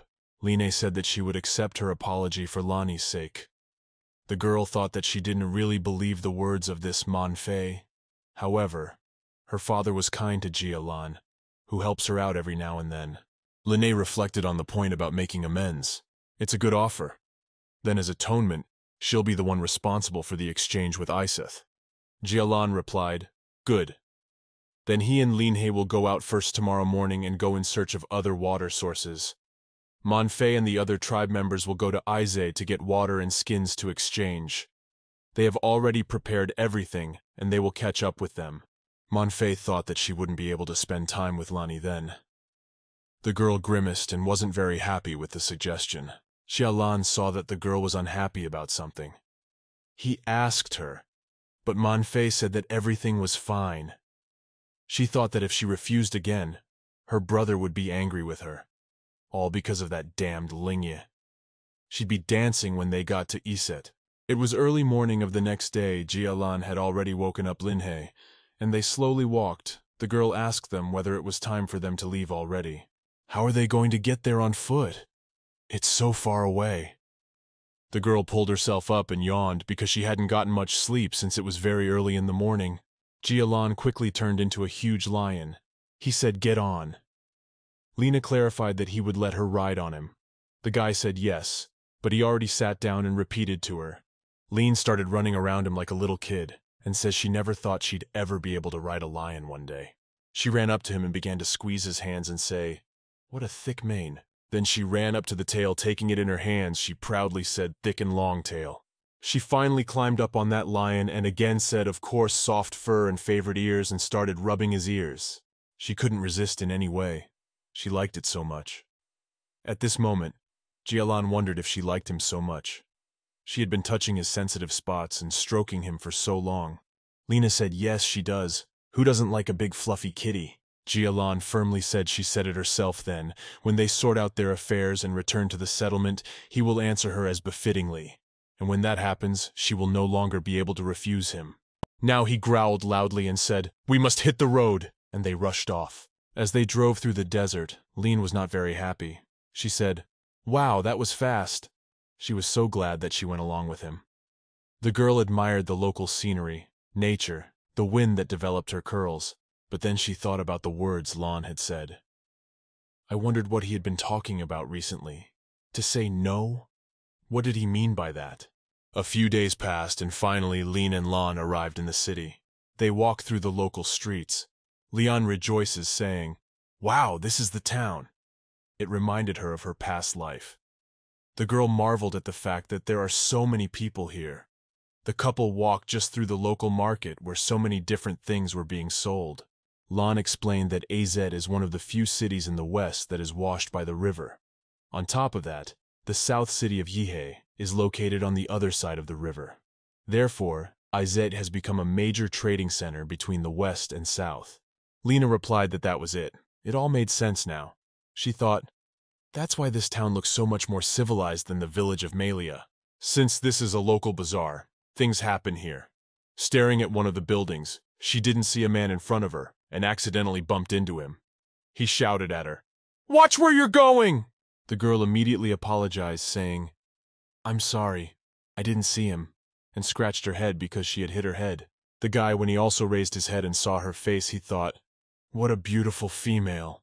He immediately wanted her to be his wife, and the guy started offering his services. He said, "She's young and very beautiful. She doesn't want to see him with women." But there was his wife and 2 kids standing nearby. The wife says, "Husband, what's he doing there?"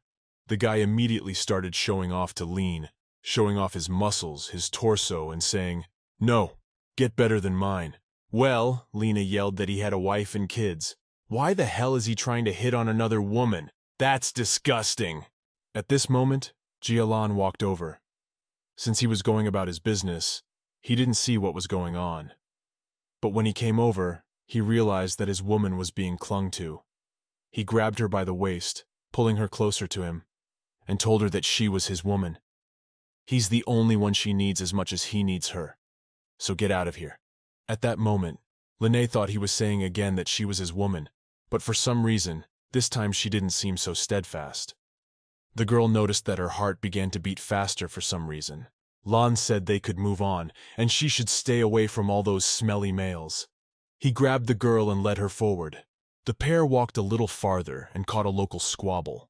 One guy was yelling about paying 1 skin a day for a place in the market, and where his skin was. This yeller turned out to be the owner of Della's market. The merchant tried to answer, saying to the owner, "These days have been unlucky for him. Let me pay with this stone instead of a hide." The trader was a fellow named Zeon. He was a white-tailed jay. The market owner shoved his foot in the direction of these stones and said, "Who needs them?" And then they all pushed him and shouted, "If there is no hide, he has no right to this place. He's got to get out. Isit doesn't need a weakling like him." The boy fell and bruised himself a little. Just near him, the rock they were arguing about rolled up to the girl's feet. She looked at it and was delighted. "What a big diamond! It's the legendary pigeon egg diamond. This guy doesn't know what he's talking about at all." Line put her hand up to the salesman and asked, "Is he okay? Not hurt?" The guy replied that he was fine and started to walk up. The market owner himself was standing nearby. He saw Line. The guy said, "Why is there such a beautiful woman here? How cute! This loser is just a weakling who doesn't deserve her attention. He's really rich and very powerful." If she wanted to visit his luxurious house, he reached out his hand to touch her. Jialan, walking over, grabbed his hand and said, "Shut your mouth! How does he have the nerve to touch his woman?" The guy, seeing Jialan closer, shouted, "Jialan, it's him! What is he doing in Isit?" Jialan threw that smartass far away. The guy fell down and started shouting, "How dare he succumb to the Death Sieve Lord on the ground? He will tell him about everything right now." Jialan, Mobai said they're not getting along with this Sith guy. Maybe they should grab this guy so he won't give them away. The people standing nearby began to discuss, "Isn't that Jialan, Sita's nemesis?" Jialan heard the others discussing and said that there was no need. Many people have already recognized him. Since this was his territory, they were bound to run into him sooner or later. Besides, he had never been afraid of anyone, not even him. Jialan took out the hide that was hanging behind him at his waist, tied up. When he approached the merchant, he said he had a hide. Could he trade it for this stone? But the merchant said not at all. He would give it away as it was. Thank them for their help. Jialan told the merchant that no, the pelt would stay with him after all. He wasn't trying to help him. He was only trying to protect his woman. Jialan held out his hand to Lina and said to her, and in his hand was a gemstone that he had exchanged for a pelt. He just noticed that she liked him. Consider it his thanks for her going to Izeth with him. Line replied, "Thank you, Lan. She likes it a lot." The girl took it and thought, who wouldn't like it after all? It's a 10-carat diamond, and should definitely be taken with her when she returns to her world. The voice of the chief sounded. They turned around and saw a resident of Mylan Mentai. He was standing with several camels on which a hide was loaded.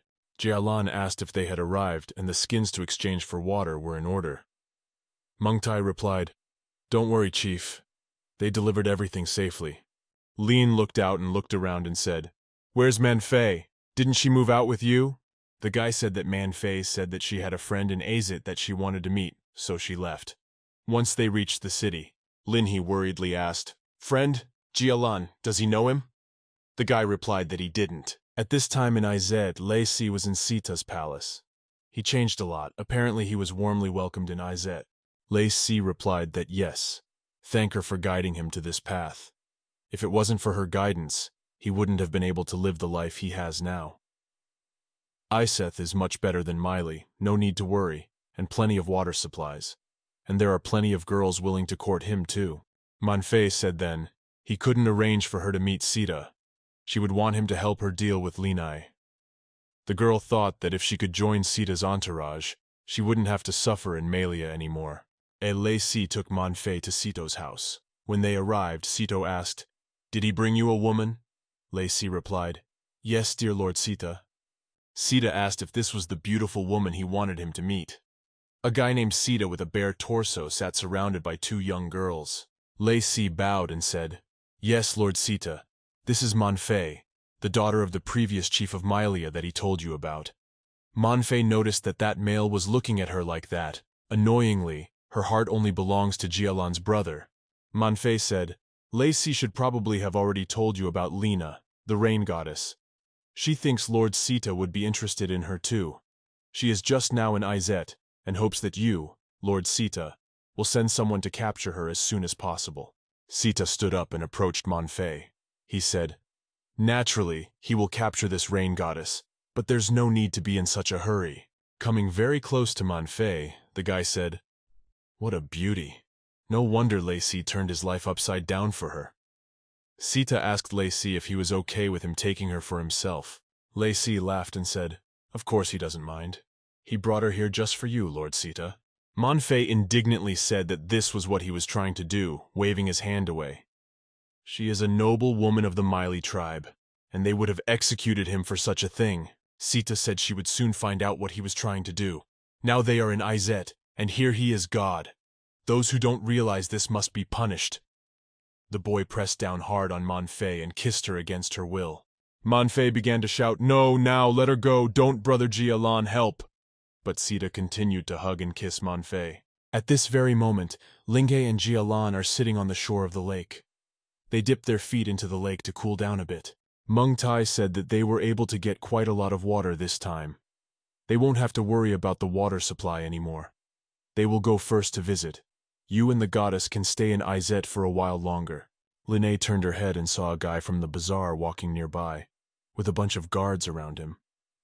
She thought, that's the same guy. He brought so many people with him. Jialan jumped up and said that he would distract them, and Meng Tai should get Linhe away from Izet. They would meet outside the city. Linhe asked Jialan to be careful after all. This was their territory. Jialan walked over to Lina and told her not to worry about him. Just be smart and wait for him to come back. Jialan said, "Look for him." The market owner didn't come alone, but with guards. He said that this Jialan was not even afraid of death. Pointing his finger at Jialan, the market owner said to grab him and present him to Lord Sita. The two guards thrust their spears towards Jialan, but the guy wasn't going to give up. He pulled out his small knife from behind his belt and said, "Let's see if they have the strength to fight me with this knife." He broke one spear at once. Jialan had beaten all the guards. He managed to fight everyone and everyone lost. There is only one market owner left. He shouts at Jialan that he wouldn't dare to touch him. But Jialan had no intention of listening to him at all and ran towards him. Jialan ran up to the market owner and thrust his knife right into his throat. But the guy said that his sister Manfei was in the hands of Lord Sita, and if he killed him, she would die too. Showing one green bead, he said. This one was around her neck, he's not lying. Jialan told that little rascal to get up. He will take him to Sita. Outside Eze stands a caravan of camels with water loaded on them. Nearby, Linhe stands and looks out, worried about Jialan. The girl is very worried and anxious about him, wondering why he is still missing. Suddenly she heard footsteps behind her, turned around and exclaimed, "Jialan!" However, it was not him standing in front of her. She shouted, "Lacey, how did you get here?" Lacey smiled and said, "It's been a long time, Lane." They were taken to Sita's palace and thrown into the dungeon. There was already a guy sitting in the dungeon. He said he remembered her, Lena. He thought she'd already left Iset, and she'd been caught too. Line looked up and saw the guy. She asked if it was the same guy who was selling diamonds at the bazaar. The guy sat down next to Linai and said his name was Zhao Zion. She asked where the guy who was next to her in the bazaar was. Linnae said it was a long story. Linnae sat down and wondered, not even knowing how Zhao Zion was doing. She hoped he was all right. Zhao Zion tapped his finger on Lena's shoulder and told her not to be afraid. No guards here at night, always fall asleep. He'll revert to animal form, get out of here and fetch the knife. He's gonna get her out. Line asked, "What does he turn into?" The boy replied, "A white-tailed jay." The girl stood up and thought for a moment. That's right. The jays are very small and could just fly out of here. However, while she was brought in here, she was able to notice how heavily guarded this dungeon is. Even if she escapes from the dungeon itself, she's bound to be captured. Looking around, Linnae saw that there were cacti growing here. An idea immediately came to her. This is it. It's risky, of course, but she owes it to herself to try. Lean walked over to the cactus, pulled a few needles off of it, and said, "All done." The guy sitting with her in the dungeon asked, "What is it?" or didn't answer. "It's the prickles of a cactus soaked in the juice of the white durian flower. It has soporific and hallucinogenic properties." Fortunately, the local guards aren't good at this at all, so they didn't take away what she had managed to gather on the way. Lena said, "Look!" She pulled her hand out of the bars and pointed it toward the guard next to her, who was already dozing off. Then I flicked my finger so that the needles flew off my hand and flew toward the neck of the guard. He woke up, of course, but didn't realize what it was. Not a few seconds later, the guy just fell to the ground, nose down. Zhao Zion saw and said, "Wow, he collapsed on the ground. Now they can think of something to do next." At this very moment, two guards are walking down the street of Azet's palace. One says, I heard that Lord Shido presented a beauty from Malaya today. It seems it was the daughter of the former chief of Malaya. And the other guard says, I'm sure Lord Sito is enjoying her right now. So envious. And not far away from those guards, Lina and Zhao Zion peek out from around the corner. The guys managed to get out of the dungeon and had already made it as far as the exit. Liane heard, the daughter of the former chief of Malaya. Are they talking about Manfei? How did she get into Sito's hands in the first place? Everything made sense to Lina now. It was probably because of this situation that Jialan didn't return on time either. Zhao Zian said to the girl, Look, there's a hole in the wall. The guards don't even seem to be looking that way. Come on, let's get out of here. Lina realized she couldn't go and told Zion that he would have to go alone. She has more things to do here. She realized that Manfei had done some nasty things to her, but she's still Jialan's sister, so she should help her. Besides, he's probably there too, the boy asked. Is she going to go rescue that girl from Malaya that the guards were talking about? When he goes with her, the more people, the better chance of success. Zion said he's certainly not as strong as her boyfriend, but if someone wanted to hurt her, he'd turn into a bird and look their eyes. Lin said, Thank you so much, Zion, for not abandoning her in such a situation. And the boys began to sneak gradually, from corner to corner, into the inside of the castle to find Manfei. After half an hour, the guys were so tired that they just didn't have the energy anymore. Lina said that this palace was just huge. How could anyone find someone here? They had already gone all the way around? Lean leaned against the pillar and began to get angry at the fact that this Sito was definitely a scumbag. A scumbag, just an unbelievable scumbag. Zion said, Yes, there have always been a great many females near him. He culls them and makes his own against their will. Lin decided to open the last door of despair because she no longer knew where else Manfei could be found. When they opened the door, they saw a terrible thing. There were a great many girls in this large room. They were all tied with thorny branches to poles, some by their hands, some by their necks. One of the girls who could still understand something said, You've been captured by the Shido too. Couldn't they help them? Shido is a terrible monster that imprisoned them here. Lina said, of course, that she would save them, and began to cut those thorny branches. It's a good thing they stumbled upon them and rescued them from captivity.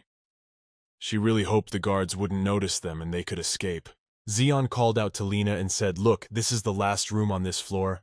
One of the girls came up and thanked Lina, saying thank you for saving them. But this floor is guarded by all the girls that Civ kidnapped. If the one you're looking for isn't there, he's probably already tortured her to death. Lin thought that she would really hope that Manfei was still alive. They went to the door and opened it slightly so they could escape. On the big bed, they saw the Civ and Manfei. The girl screamed that she would kill him. Lin saw that the Manfei was completely in this guy's arms and she didn't know how to distract him. Sita said if she wants to kill him so badly, let her get up and kill him. The guy kissed the girl to cover her mouth. Suddenly, Sita felt a slight pain in his neck. It was Lina. She decided to try the cactus idea, but wasn't sure if it would work. The Civ rose up and shouted who it was who dared to harm him. Turning around, he saw. Of the standing guy and girl, Lin waved her dagger and shouted, Let Manfei go. Manfei turned around and saw Lina. She thought, Is she really trying to save her? No, she must be happy to see her in this state. Sito stood up and headed towards Lina, saying, And this is it. This is the rain goddess. Lina pulled out 2 needles from her neck. He threw them away and went on to say that he wanted to try her out already after enjoying Manfei, but changed his mind. Lina looked at him and wondered why the juice didn't work on him. Hitting the guy, Lina threw him back a few meters. Then she turned around and shouted, Zion! After that, Sito walked over to Lina and said that she and Manfei could now serve him together.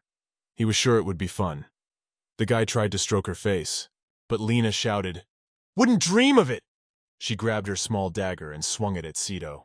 The guy intercepted his hand and said, Manfei was also rude at first, but look how submissive she is now. Sito moved a little closer to Lina to kiss her. The girl was very frightened. He told her that he also advised her to be more obedient. Then he promised that she would not get hurt. Lina was very lucky. At this moment, Jialan in his beastly lion form burst into the room. He was, of course, all scratched up. The guy yelled to get his filthy hands off his woman and grabbed Sito with his paw. They jumped away from Lina's side. Lina noticed that the guy had bleeding wounds all over his body. What had he been through? Sito, lying on the floor, smiled and asked how his old friend was doing, and he never ceased to amaze. Even his torture chamber, which he had so carefully built, couldn't keep him away. Jialan turned around and shouted for Manfei to run instead of standing in a pillar. Manfei simply froze. She slowly managed to put her clothes back on and was at a loss as to what to do. Jialan shouted to Lina to run away from here too, because a fight was about to start and they might get hurt. The girls started to run out of that room, and Lei Si came out to meet them. The boy began to say, "Lord Sita." Lei Si was not alone, but with guards. Sito shouted the guy just in time to grab them all and keep them from escaping. He needed them alive. Lei Si walked up to Manfei and said that she looked shabby. He thought she was a very proud female. She'd been taking advantage of what he liked all along, even made him take all the blame and leave his house. She's the only one to blame for what's happening to her now. Stroking her face, he said, "Though her heart is darker than night, the gods have not harmed her appearance." As soon as Lord Shido had had enough of playing with her, he would reluctantly take her in. Their conversation was interrupted by Lina. She stood in front of Manfei and said, "Screw him! Does he think he's allowed to treat women like that?" Lei Si laughed. "I licked my hand," he said, and decided that she had decided to stand up for Manfei. What a stupid female she is. She was the one who asked me to attack her, after all. Lina said that naturally she already knew that, so it was up to her to decide what punishment would have to be taken. It's not for him to decide. She went on to say that many women simply cannot physically withstand the onslaught of a man. That's why it's so important for them to support and protect each other. Right now, she is not protecting Manfei, but a woman who is being abused. Lei Si shouted that then she too would have to favor first Lord Saita and then him, and began to reach out to grab her hand. Suddenly a first aid kit appeared, which turned out to be Xion. He shouted that he wouldn't let it hurt Lina. The bird attacked his head and started pecking, thus preventing him from taking Lina. At this moment, Lei Si came to Sita's rescue. His animal form was a dragon. He grabbed Xion. To the other guards, he shouted for them to grab the females. Sita the dragon took Xion with his paw and started shoving him into his mouth himself, saying that he would just eat this little creature that didn't know what it was doing. The guards had already grabbed the girls. Lina shouted to Xion. She wondered what to do, how she could save him. Suddenly, Lina's Da-Dan, an inexhaustible little system, appeared. She squeaked that friendly reminder. Her thunderstorm skill had already rolled back. Lina yelled that she wanted to use her thunderstorm skill right away and needed to hit Shido to keep him from hurting Xion. Da-Dan said that's not how skills work. She wouldn't be able to use thunderstorm just by shouting the word. Lina wondered. There was no one to kiss, except the guards who had captured them. Oh right. Last time the skill had worked because of her imagination. Lina began to imagine her and Jialan alone together, and she asks if his wounds hurt badly and kisses his neck. It worked. Lina shouted, "Yeah, there's going to be lightning!" The girl thought how good it was that no one would ever know what was going on in her head at that moment. It's so embarrassing. The most important thing is that there was a result. Lightning appeared from the sky and struck Shido. From that impact, he let go of Xion and fell down himself. He asked what was wrong, why there was suddenly a thunderstorm if the sky was clear. In addition to the thunderstorm, a lot of arrows flew from somewhere. These arrows pierced the guards. Lina turned around and saw the girls she had saved. She asked why they were here. Shouldn't they have escaped by now? But the girls replied that they were very grateful to her for saving them. So now it was their turn to save her. The fairy girls came at her, many of them helped by Lina. They all had bows and arrows, and they just pelted the guards with them. Lina ran and picked up Xion. She looked over. He was still breathing. The girl said how glad she was that he was okay. While Lina was distracted by Xion, she missed Lei Si's raven attack. When she turned to look at her Jialan, she saw that Lei Si had taken a bite out of Jialan's paw. The girl looked at her lightning bolt and realized she couldn't use it that way, but she remembered that there was another way to help Jialan. She shouted to him to attack from the back. The eagle needs to pull his feathers from his back. That's his weak point. The eagle didn't understand how she knew about his weakness. Jialan thought that this was his chance, and one should do as Lina said. He attacked the eagle from the back and chewed off a bunch of feathers. It really worked. The girls who escaped with Lina's help grabbed her arm and told her that you can't stay here. You have to run. Running away, Lena shouted to Jialan, "Come on, hurry up and join us." And they all ran out of that castle, all together. Downstairs on the street, Meng Tai was waiting for them. Shouldn't he have returned to Milia by now? Lena thought as Lei Si came after them. He only grabbed her for the sake of his family and the rest of the tribe. He let the others go with the water to Milia. Meng Tai said that although he couldn't protect them, he couldn't just go home. The others also went to Milia, only to return with help. Jialan walked out of the castle and lay on the ground with many wounds. He had no strength at all, not even to move. Lena examined him. He had a few deep wounds, but thankfully they weren't fatal. She realized that Sita was in no condition to chase them right now either. So let's find somewhere safe and get some rest. Later they found an abandoned building in the desert. They moved Jialan there so they could take care of him. Linhei is now applying medicine to his wounds. She said it's good that she found such useful herbs here. It's sea buckthorn. Apparently that promotes wound healing and is particularly good. Line didn't have time to finish her sentence before she saw Jialan regaining consciousness. She thought that she had hurt him, but no. He was the one who had just regained consciousness. She figured she'd get it over with quickly then. He'd have to be patient for a while. The boy opened his eyes when he saw her. He stroked her head, saying, "Lena." The girl replied, yes, it was her. They were safe now. Maybe he shouldn't worry. Line asked, "By the way, what happened when they left? Why did he burst into the palace all wounded?" The boy began to say that when he learned that Sita had kidnapped Man Fei, he immediately rushed to her aid. However, they had thought of everything and trapped him. When he broke out of the trap and broke into their hall, he saw her, Lin. The girl said, "Oh, so he came to rescue Man Fei, and she's just along for the ride." She was defiantly offended. Jialan began to explain that no, it's not like that. Sure, she was very important to him, but Man Fei's father had saved and raised him as his own son. He couldn't just sit idly by knowing that she had been kidnapped. Lena said, "Okay, she was just kidding. She really isn't mad at him, but she's glad he's still so energetic." She said that Sita kidnapped Man Fei. It was only natural for him to come to her rescue. After all, she understands that. She did it herself. At this time, Man Fei sat on the outskirts of the building and reflected on the fact that she had set Lena up so many times, and she still came to her rescue. The other captives had told her that she had gone all around Sita's palace to find her. Why was she trying to save her? Lina sat up as it suddenly began to smell very good. She sniffed and remembered that she had set the meat to cook. Screaming that the meat was ready, she ran to inform the others. When she saw Man Fei, she told the girl to go eat with them and called the others over. Man Fei didn't change anything. She said who did she think she was? Giving out orders, but she went to call the others. All the guys are gathered around the fire eating the delicious meat that Lin has cooked. Meng Tai said, "Goddess, your barbecue came out very tasty." Lena said that was nothing. If she had seasonings, she could marinate the meat in advance. When they got back, she would try to look for some seasoning. Line noticed that Jialan was sad. She decided to dispel his sadness with a conversation.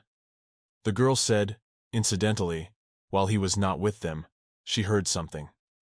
To summarize, she had heard from the boys that there was a large rift valley to the southwest. Maybe they could find a new water source there. Jialan said that's right. There is such a valley in the southwest, but he hasn't had time to explore it properly yet. But if she says so, they can go look for it. If they can still find water there, it will not only save Malia, but also the entire western part of the desert.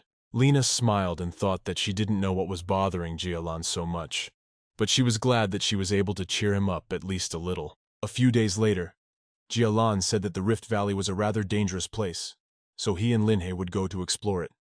The others would return to Malia. Meng Tai replied, "Very well, Chief. He will deliver Man Fei safely back to Malia." Man Fei said, "Don't be deceived. Jialan is only staying with her for a while. When you return, he will become her brother again." Linhei replied, "Of course, girl. After all, he is her brother and will remain her brother." Everyone went on their way, but only Man Fei continued to resent Linhei for coming to her rescue. But she was convinced that she was a nasty girl and hated her. Meng Tai said to conserve their strength. They still had a long way to go and needed to take it easy like this. Zhao Zian said that it was time for him to return as well, as he had been away from home for too long. Not knowing if they would ever see each other again after this parting, he asked to hug her goodbye. Line herself threw herself into his arms and said of course they would see each other again and he could come and visit her in Melia. She would always be welcome. And if he does, bring plenty of diamonds with you. The guy said okay, and Lian thought they should definitely meet again. Zhao Zian turned into a bird and flew away. Lin waved her hand at him and shouted, "Bye!" thanking him for his help. Then Lin turned to Jialan and said, "Let's hug too." But the guy stood with his arms folded at his sides and pouted, fuming. "What about us?" she asked. "What's wrong?" Then she thought that suddenly he was in pain, so she started groping and examining him. Jialan said that everything was fine. It had already been a few days, and he had almost recovered. Suddenly, the guy said he wanted one too. Line asked, "What do you want?" Jialan pulled her hand, pulled her close to him, and whispered in her ear that he wanted to hug her too. Lin laughed and realized he was just jealous of her. "That's so sweet." Finally, they came to the right place. Jialan said, "Look, Lin, there's water there." Jialan asked in surprise, "Has it really rained a lot? But why are there so many puddles here?" Lin explained to him that they weren't puddles. She picked up a stone and threw it into one of them, then rubbed her chin, thinking that it was just as she had thought, there into a desolate swamp. Jialan asked, "What is a desolate swamp?" "In this area, groundwater runs underground, which is why the swamp is formed. To put it simply, there is water under a small layer of sand. However, if you get in, the wet sand makes it very difficult to get out." Jialan said, "That's why the stone just sank into the sand and we can collect water from this swamp." Lin said, "Yes, but it's not necessary since groundwater runs through here. There should be a river a little farther away. They need to go through this swamp." Jialan, taking Lina by the hand, said to be careful, choosing harder ground and not stepping on soft ground. The guy took a stick and tapping in front of him, they walked step by step very slowly. The next thing that caught up with them was the noxious smoke. The boy asked Lina to cover his nose. He had encountered such smoke before while hunting. Line said, "It's poisonous fumes. We have to get out of here." But she thought, in the middle of the swamp, there was no point in going back. They could only speed up and leave their lives to the will of the heavens. Half an hour later they finally made it out, but Lin was very dizzy. She turned to Jialan and said that there was a forest ahead, but noticed that the guy had gotten worse. She sat him down, leaning against a rocky stone, and thought, although he looked healthy, his body still hadn't recovered. It's hard for him to resist the effects of the poisonous fumes. Near such fumes, there are almost always herbs with an antidote. We should look in the woods, she thought. After kissing Jialan, she told him in his ear to wait for her here. She would be back soon. The girl went into the forest to look for some useful herbs to help Jialan a little. Not far away, she had already found some. Now she should return to Jialan's place as soon as possible. Line heard strange sounds behind her, such as hissing. She turned around without even getting up, and she saw a huge viper in front of her. It seemed to her that it was about to bite her. There was a loud scream from Lina. She wasn't ready to die, not even from a python. The girl fell to the ground and started begging she didn't know this was his territory. She was just looking for herbs here. Please spare her. She didn't mean to hurt him. But the python wasn't going to eat her. He hissed. "Sss." It looked like it was asking for something. Noticing that he looked weakened, Lene didn't yet understand what made him like that. He didn't pounce on her, just hissed. When the girl examined him better, she saw that his skin was stuck on him. Apparently he had been like this for a long time and was tormented by it. His tail was hanging down from the tree, and you could see that there was old, already dry skin hanging on the remnants of his tail. Lean turned to Mr. Python with the words, "Let's make a deal. I'll help him remove the old skin, and he'll let me go, okay?" Lean explained to him that he had to trust her, she knew how to do it. But the python turned its head away, as if it was ignoring her, though it realized itself that it couldn't do it alone. It needed help. Lanai walked over to the tree, yanked on its tail so it would come down from the branch and you could get a good look at it. The girl wondered. The python looked so displeased, and he stuck out his tail with his old skin. He was so hard to understand. Well, if it would let her escape from here, that was okay. She'd put up with it somehow. Lean began to explain to the python what had happened to him. saying that his tail had gotten stuck during the molt because the surface had gotten too dry. She poured water between his tail and his old skin, but she didn't have much left. But she would still try to help him get that old skin off. As it turned out, the glass of water she had wasn't enough. The girl began to think, twisting her head around and looking for a place to get water. She thought that if she made a hole in the bottle tree, she could get water. Lene remembered that she definitely thought she had seen a bottle tree somewhere around here. There must be enough water in that tree to soften the python's skin. The girl walked far in the neighborhood looking for this tree as she suddenly found it. She was very happy that she could help the python. 20 minutes later, while she was chiseling that tree to get water to come out of it, the python crawled to that water, lay down in it, and waited for its tail to oxidize. Lean walked over and grabbed his old skin and told him that she would support her, and he should try to break free of her. Python and Line tried together, and together they succeeded. Python was able to break out of his old skin by wiggling his body left and right. The girl became very excited, saying, "You got it, Mr. Python!" He did an excellent job. Once the python was free of its old skin, it was easily able to transform back into a human and appear completely naked in front of Line. She was horrified by what she saw. She thought she was used to the fact that the inhabitants of this world could take the form of animals and humans, but it turned out that she was not. It was too sudden when he appeared in human form, completely unclothed, but she thought she had to admit, this python is pretty beautiful. She also yelled out, "I'm sorry!" She didn't mean it on purpose and covered her eyes with her hands. The python guy came up to her and said, "Why is she covering her eyes with her hands? Is she afraid he's going to eat her?" The guy assured the girl not to worry. He wasn't interested in wimps. He inquired as to her name. The girl replied that she was Ling Minyue, and what was his name? The guy snorted under his breath and said something that weaklings were not worthy of knowing his name. Lene thought, wow, he thinks he's such a hero, and he himself couldn't even get out of his tail of old skin.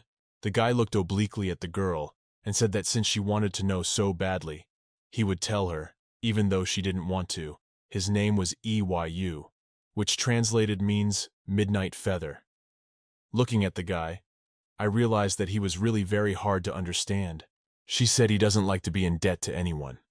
She helped him so she can ask him for anything. For example, he can become her male and protect her for the rest of her life. Lean shouted that he didn't have to put his whole life on the line for one help. The guy asked in surprise, "She doesn't want to?" He of course made a suggestion. Perhaps she already had a male and he was so jealous that he wasn't willing to share her with others. I immediately thought of Jialan. She wondered why Jialan was in her head at a time like this. The girl started shaking her head left to right to regain her senses a bit and scolded herself for thinking about it. Enough! Lena said she didn't need anything. She helped him for nothing.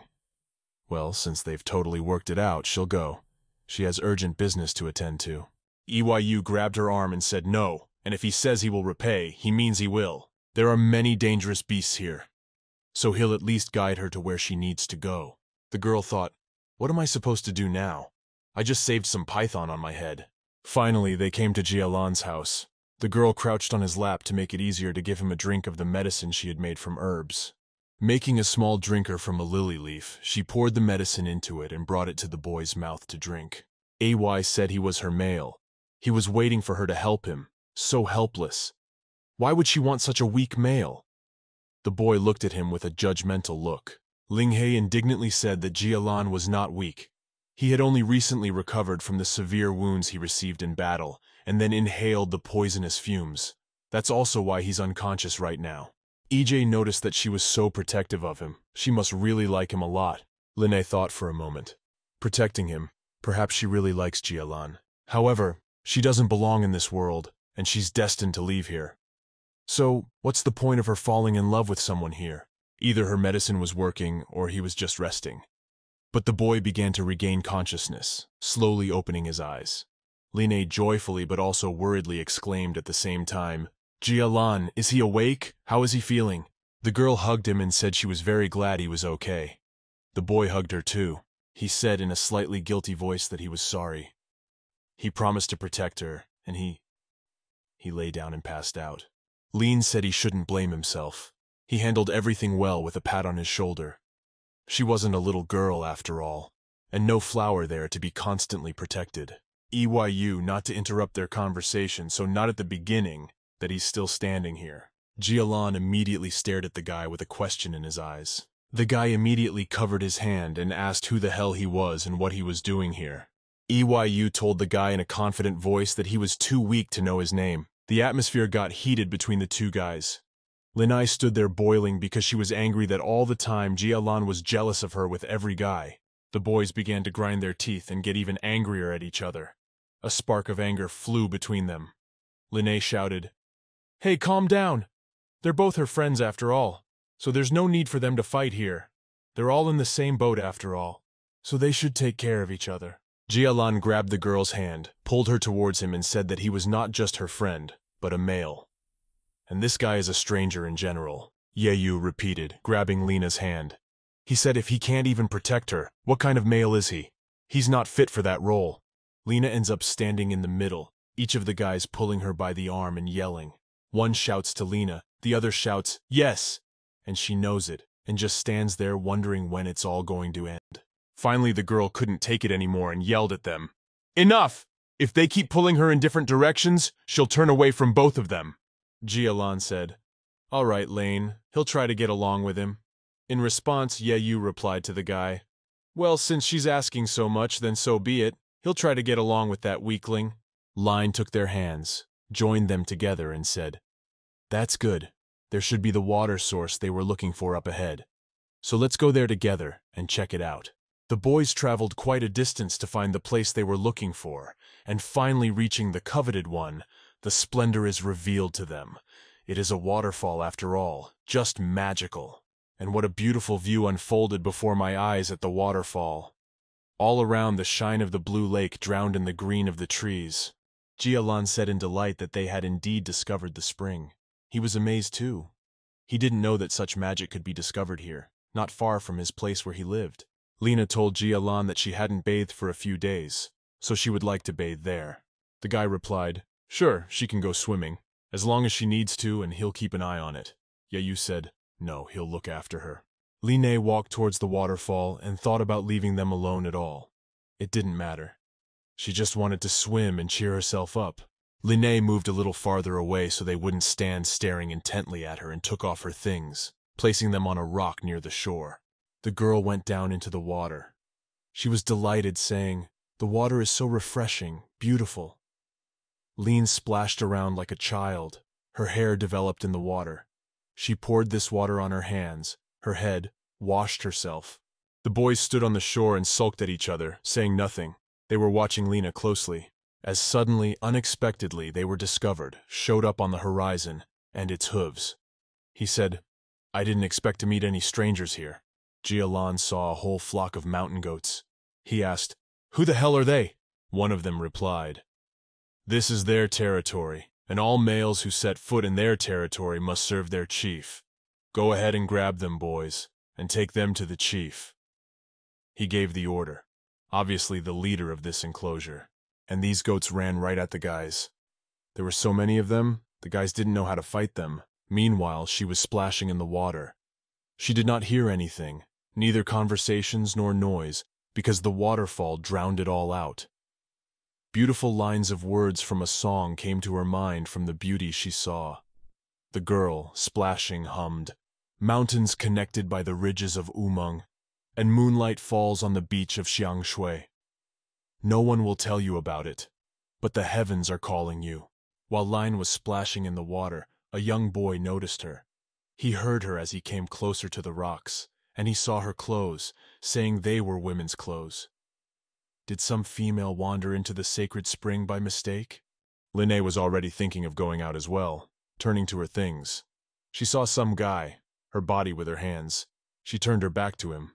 The young guy saw Lean and thought, "How beautiful she is. He hasn't seen girls like that yet." Lean shouted to the guy, to which he stared at, "Get out of here! If he doesn't leave right now, she's going to call someone for help." The guy said she's bathing in a sacred spring. They're not in the tribe, so she dares him to kick him out of here. Wants to call someone? Yes, please. Except he'll be calling a lot more tribesmen. Looking at the girl, he said, "But as she is very beautiful, he may ask his sister to have mercy on her." The boy stretched out his hand toward her. Line shouted, "Don't go near her!" and started calling Jialan and Ye to her urgently.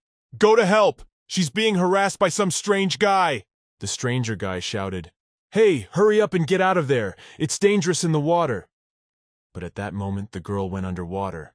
Jialan and Yeyu were returning just after they had interrupted a whole troop of mountain goats. Yeyu said that he didn't think that Jialan was a bit stronger than he thought. Jialan also said, yeah, he didn't think the same about Yeyu. As the guys were walking along, complimenting each other, they heard Line yelling that someone had approached her and was harassing her. As they approached the place where Line was entering the water, they saw some young fellow. He was leaning over the rocks and doing something in the water. Jialan ran up and grabbed this guy by the neck, shouting, "Where's his Linhei? What did he do to her?" But the guy shouted, "Vividly let him go. He that has had enough of living, he doesn't know who this guy is." While Jialan was trying to figure out what kind of guy was peeping at Line, Yeyu turned into a python and flashed into the water to pull Line out of there. The girl shouted, "Close all your eyes! Don't look at her!" because she was completely naked and ashamed. As soon as the girl was pulled out of the water, Jialan immediately ran over to cover her and threw the guy he was torturing into the water. Lina immediately ran up to Jialan to have him cover her with him. The guy told her not to worry. He threw that rascal into the water. The girl said, "Thank you," and cuddled up to him, while Line turned away to put on her clothes. At this moment, Jialan said that if she wanted the guy to pay for his act, and who? Just letting him in, he will make him regret it. Line looked at the guy, smiling at him because when he's embarrassed, he's so cute. A stranger who had been thrown into the water began shouting, "Help! He can't swim!" He hit the water with his hands and shouted as hard as he could. Jialan retorted, "How dare he ask for help after daring to offend his female," and throwing a stone that hit him on the head. The guy was seriously drowning. He was almost all the way under the water. One arm was left up, and a crocodile showed up near the guy. Line noticed, saying, "It's a crocodile." She thought, "It's huge." The girl ran up to Yeyu's python and said, "There's a crocodile in there. He's definitely going to kill that guy. Even though he was rude to her, he still didn't deserve to die. Please get him out of the water." Eyu replied as it annoyed him. Python crawled into the water to save the guy Lean had asked for. The guy was still able to swim to the surface for a breath of air, but the crocodile was already behind him, and had already opened its jaws to devour him. At that moment, when the crocodile opened its jaws, the python hit it on the head with its tail, thus stunning the crocodile a little. The python pulled the boy out, setting his body up for him. The boy clutched at him, lay on top of him, wrapped his arms and legs around him, and cried. He thought he was going to die, he said. Before the python could get out of the water, it was surrounded by a whole group of crocodiles. They were about to attack the python. Line shouted, "Yeah, you, watch out!" The girl wondered how there were so many crocodiles in such a small body of water. The guy who was holding on to the python started screaming. "I thought he said it was very dangerous in the water. This is the end. They're all going to die. They're definitely going to die." The python told him to shut up already. He was just setting himself up for battle. Lena was very frightened. She thought about what to do. There are too many of those crocodiles out there, and if things continue like this, Yeyu and this guy will die. Although Jialan is a very experienced fighter, but he only knows how to fight on land. He doesn't think he will be of any use in the water. The girl began to think. We need to calm down.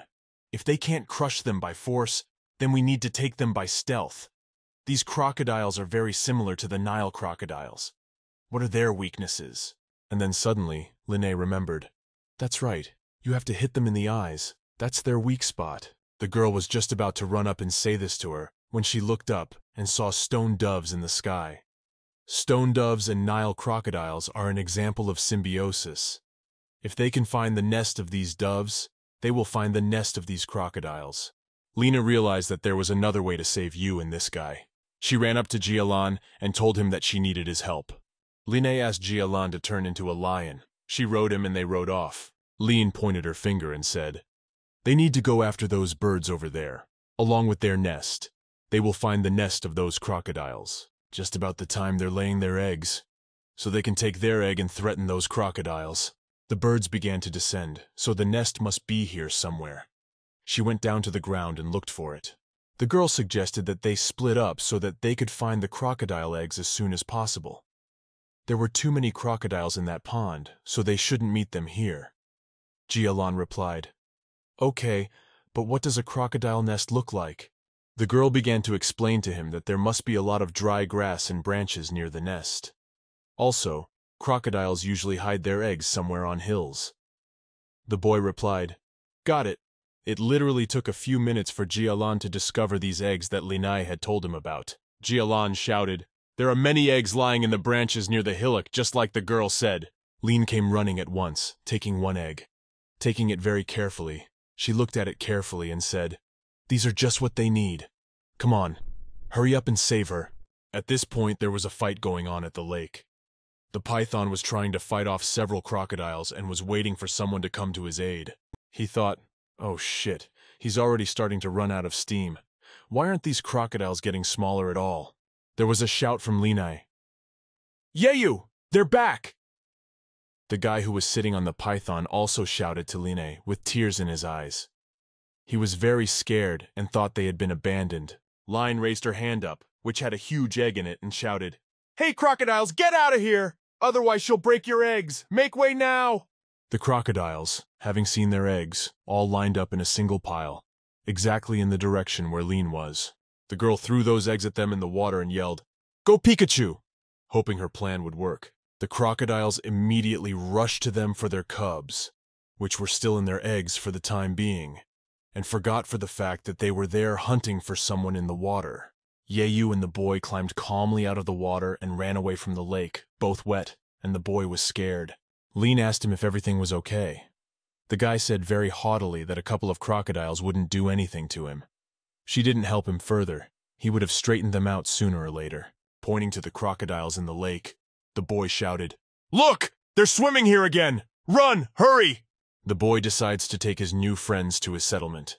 He said, "Hurry up and follow him. He will take you to a safe place." Everyone went up the mountain, a rocky area that was much farther away from that waterfall. Here by these rocks lived the Isika tribe. When they arrived, the boy pointed with his hand toward the rocky mountains where his Isika tribe had settled, and he resided there with them. Despite the fact that they first threw him in the water and then he was almost eaten by crocodiles, he would allow them to enter their land. He would never forgive them if it weren't for one but. Sister Lena wouldn't sing along to help. She was really beautiful. He really liked her a lot, sister. The boy said they could stay with them as long as they wanted. Holding out his hand, he said, "Sister, he invites you to visit the tribe as guests." But this did not please Jialan and Yeyu. They stood in front of Linai and blocked her with their hands, which meant that she would not go, only with them. A man's voice rang out. The boy said, "Assistant Chief." It was those males, and he pointed his finger at them. A crowd of people approached the boys, including a beautiful girl, and the rest were young boys. One of the guys, the leader, began to say that first they had shot them down, and now they were coming right here demanding justice. Jialan and Yeyu began to say that they didn't understand who this guy was, and that this was the first time they had seen him. The guy said that they were already in denial, having forgotten how they had been beaten up at the waterfall today. Jialan asked in a surprised voice, "So, were they the ones who were there?" Yeyu asked, "Do they still want to get some? Can they arrange it?" The boy shouted, She heard, she heard. They admitted it themselves, the assistant chief. They must bring justice." The boy came up and said, "Anti-deputy, there seems to be some misunderstanding. These are his friends, and he invited them to be his guests." And the aide started yelling at the boy, saying that he should realize what he had done and what his friends had done. It seems that the chief had been too lenient with him all this time. He didn't even think of his people and sided with their enemy. Besides yelling at him, she also slapped him, slapping that boy. The girl continued to shout, saying, "Capture these people! They need to get justice and avenge their people who were hurt." Linnae stood there and was shocked. Wasn't she exaggerating too much? How did they become enemies before they even knew each other? As a result, the guys from the Isika tribe ran towards Jialan and Yeyu and Lena to capture them as ordered by their assistant. Lena immediately began to ponder. But they didn't come here to antagonize anyone. Is there really no way out? But afterward the girl had an idea. She said, "Oh, right!" and shouted loudly, pointing her finger. The movement of the index finger of one hand was thrust into the palm of the other. The guys who had been running to grab them on their assistant's orders stopped abruptly and stared at Lena, listening to what she was saying. Lene said loudly that they had no intentions of picking a fight with them, and held a huge bundle of grass in her hands. This here is a small token of our appreciation for your hospitality. However, if you still object to our presence, then we will simply leave. The guys who stopped saw this pile of grass. Their drool flowed and their eyes became like mesmerized. One of them said, "Oh, it looks so tender and soft. Surely this grass must be very tasty." Leanne knew that antelopes were very picky eaters, so only the juiciest, freshest grass tasted good to them. She happened to pick the best grass she could find along the way, but their leader began to shout, "Why have they stopped? Stop!" Their succulent and tasty grass didn't really bother her. There was a loud voice of a woman who said clearly, "Stop it!" Their Lord Chieftainess appeared on the horizon, with a boy standing beside her, who probably ran to tell her everything so she could settle their argument. The girl chief came up and said, "What's all the fuss about? What's going on here?"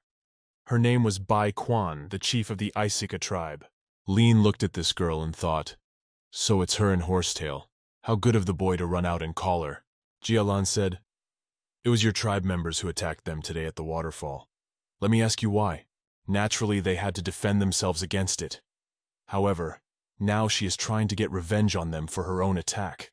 The guy who attacked near the watering hole said that they noticed the two males and thought their appearance was a bit unusual for their area, so they decided to capture them to give them to you later. However, they did not expect these guys to fight back. Chief Bai got very angry and knocked the polbu of this guy who attacked near the waterfall, calling them idiots. The woman went on to say that she heard Manchi call her line. She asked him what she was going to do and why he was so interested in her business. The female leader said, "Forgive their men. Sometimes they act too thoughtlessly. She would never harm those who saved Mon Chi-Chi's life. Let them show their hospitality and stay with us for the night." The girl helper objected to the chief, saying that they had beaten up their tribesmen, so it must be hard for her to imagine just letting them into the tribe. The female chief turned to Lin and said, "Lin, she is the assistant chief after all. Is it hard for her to understand how things are?" The chief explained that these males are not human. The men attacked them first, and after getting a couple of bruises, they wanted revenge. She emphasized that these males already have their own female, and she is not the kind of person who would steal someone else's. "So, dear guests, please follow her." And the woman led them into the tribe. Jialan asked Linhei if it looked too much like a trap.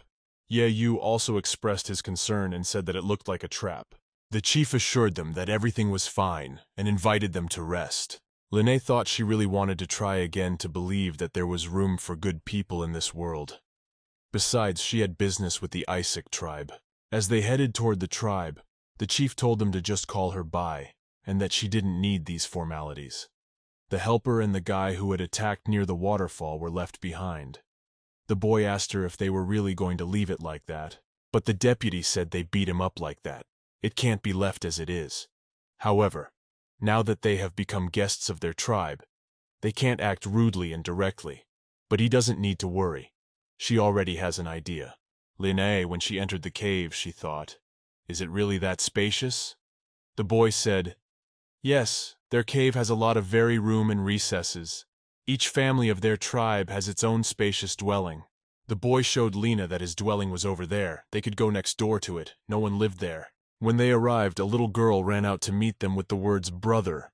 She was wonderful. When the boy came, she threw herself on his arm and he said, "The little one is pulling. She is quite small. She has only just learned to walk." He took her in his arms and said Lena, and this was his little sister Mantian, but she could just call her little Tien.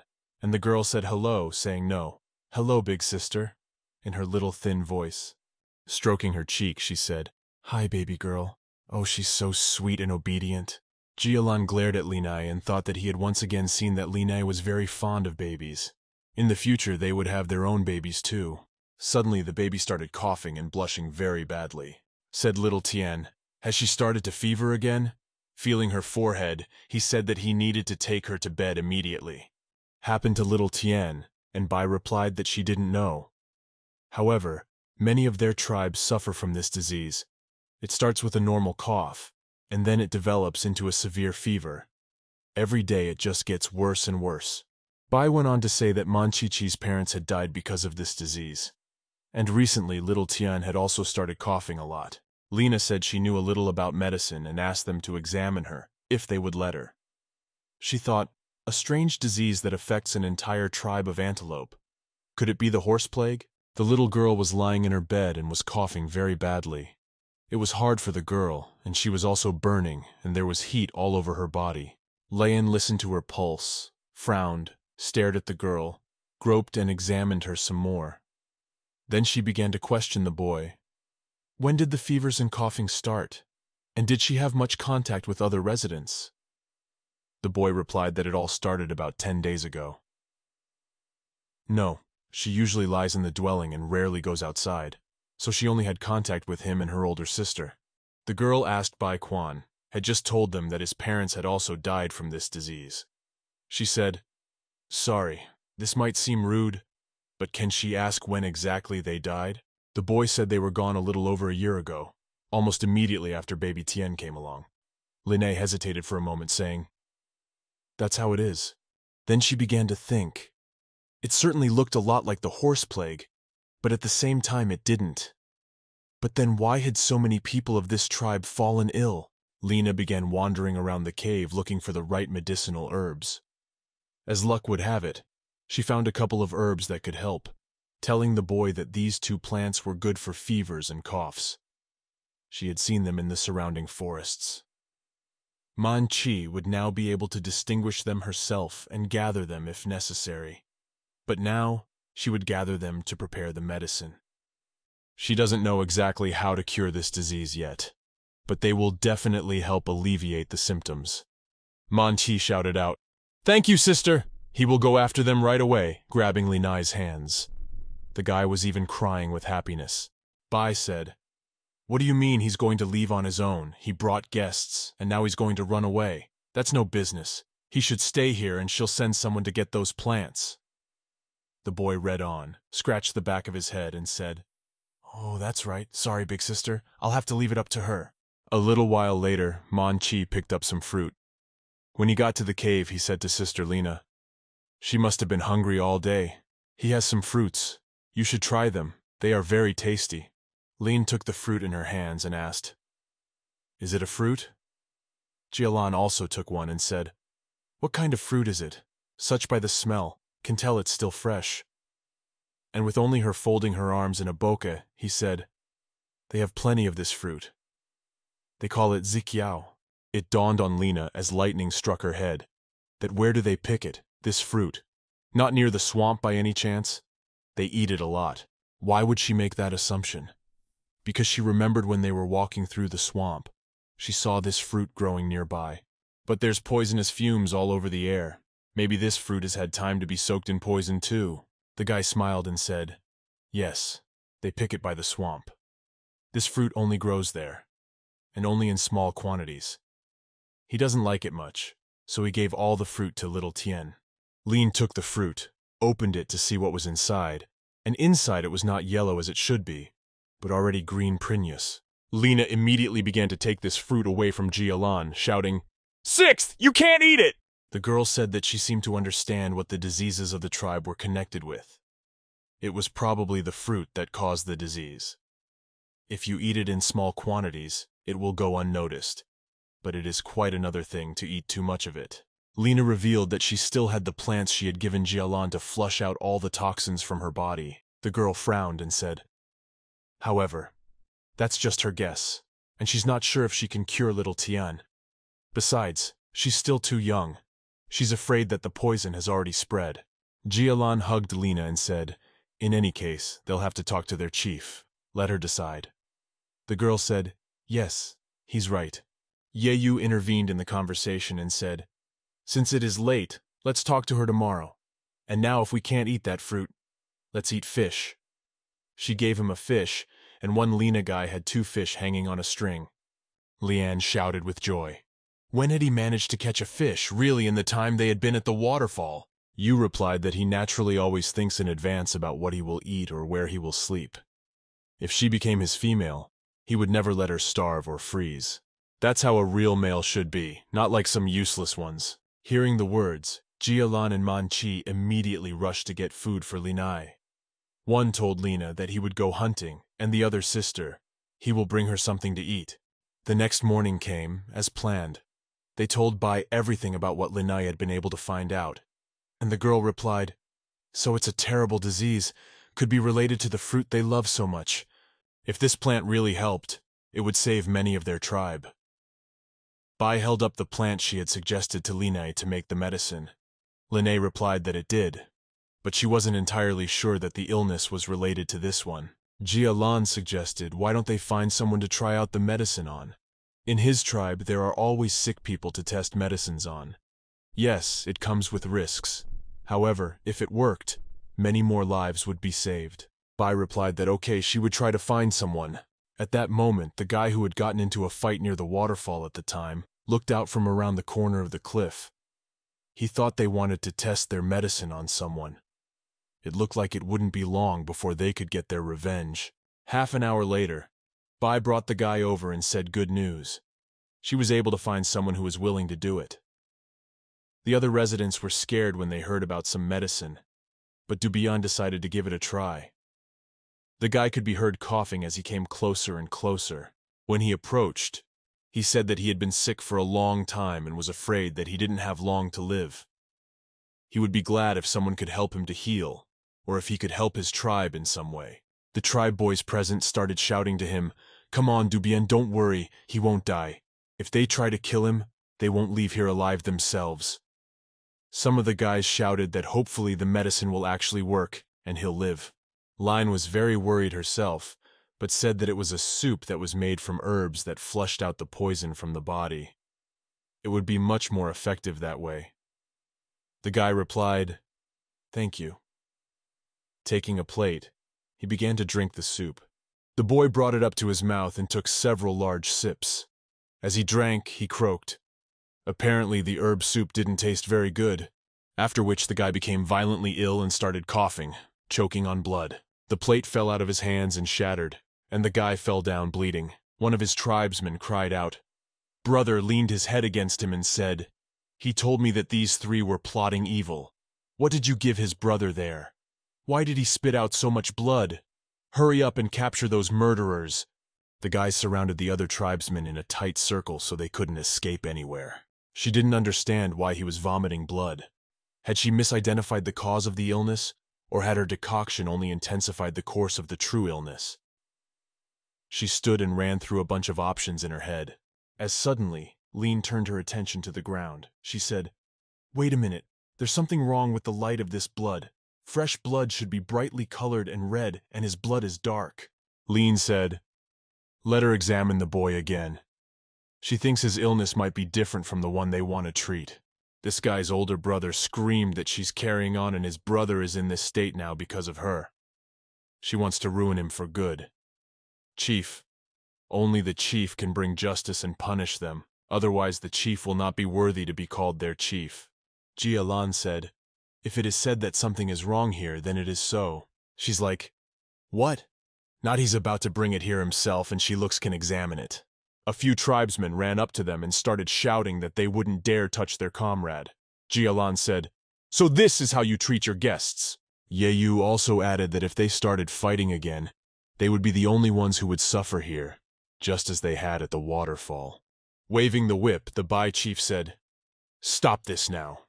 She will handle the matter herself and then explain everything to you." Man Chi, taking his younger sister in his arms, said, "Elder sister, there's no point in looking into this. Everything is already clear. Brothers Dulun and Dubian set this whole thing up. They are just liars." The boys who had been accused began to shout at the boy. How dare he accuse them of this when it is clear that he likes this female Line? Has he really decided to betray his tribe for the sake of this female? Seeing that little Tien had recovered, she said, "It looks like those herbs really helped relieve the symptoms." Her brother shouted, "That little Tien has not only regained consciousness, but seems to have fully recovered." The older brother said that the girl told him that today, when her sister was preparing the medicine, she secretly fell asleep afterwards and woke up already full of strength. And Lena said, Come on, she said. Let's go check it out. Walking up to the little girl, feeling her pulse, examining her ruddy cheeks, she said, Little Tien, she's definitely healthy. But one of the brothers shouted, I think they're just trying to protect the three killers. Then Jialan said that it was true or not. They would only be able to understand after Linhei examined. His boyfriend extended his hand and said, Give it here, Dubian. Suddenly one of the brothers shouted, What, is he joking? Grabbing a sick brother like that? But the brother turned out not to be sick. He stepped up with his hands in the air and said, He had nothing to do with it. His brother asked him to do it. The tribesmen began to ask in surprise, What is going on here? What have you done? Geto Linhei asked. He didn't drink her medicine, did he? Believes it was the blood of other animals that she mixed with the medicine. You made everyone believe it was vomit with blood in it, didn't you? The guy lowered his head and said she was right. Forgive him. He shouldn't have done such a vile thing. I'm sorry. Please give him more of that medicine. He's really getting worse and worse. Then the chief said to Dulong, Explain yourself now. Does he even realize that because of him, their tribe almost lost their chance to get rid of the disease that caused so many of their tribesmen to die? The boy shouted, Yes, he would never believe that 3 strangers could rid them of this strange disease. Then the chief said to the men, Seize him and put him in the dungeon. The boys all rushed to grab him. Linghe walked over to the little girl, stroked her head and said, Thanks to the courage of little Tien, who was the very first to test the medicine, they were able to quickly resolve the misunderstanding. But little Tien no longer acts so recklessly, otherwise her brother will be very worried. The girl replied that her brother believes her sister. So she believed too, and she also wanted to get well soon so that her brother would be happier. Chief Bai approached Lena and explained that it was entirely her fault. She apologized as chief. She almost got her in trouble because of her. Thank you for taking on the task of preparing a cure for their tribe. Lena said you shouldn't thank her. In fact, it was partly because of her selfish desire. She had heard from Man Chi that that waterfall was your sacred spring, and she hoped that for that, they would let them draw water from it. Jialan suddenly ran up to Lena. The guy grabbed her hand, saying, Lena, he'll think of other ways to negotiate with them. You don't have to bother. But Line pulled her hand out and said, What's wrong? My Li is my tribe. Also what's wrong is that I want to help my tribe. Jialan was very surprised at her decision. He said that he just wanted to help so much. Of all of them, only Man Chi heard the right words for him. So Linnea just said that Mai Lia was her tribe. So she agrees to become his woman and make Mai Li her home.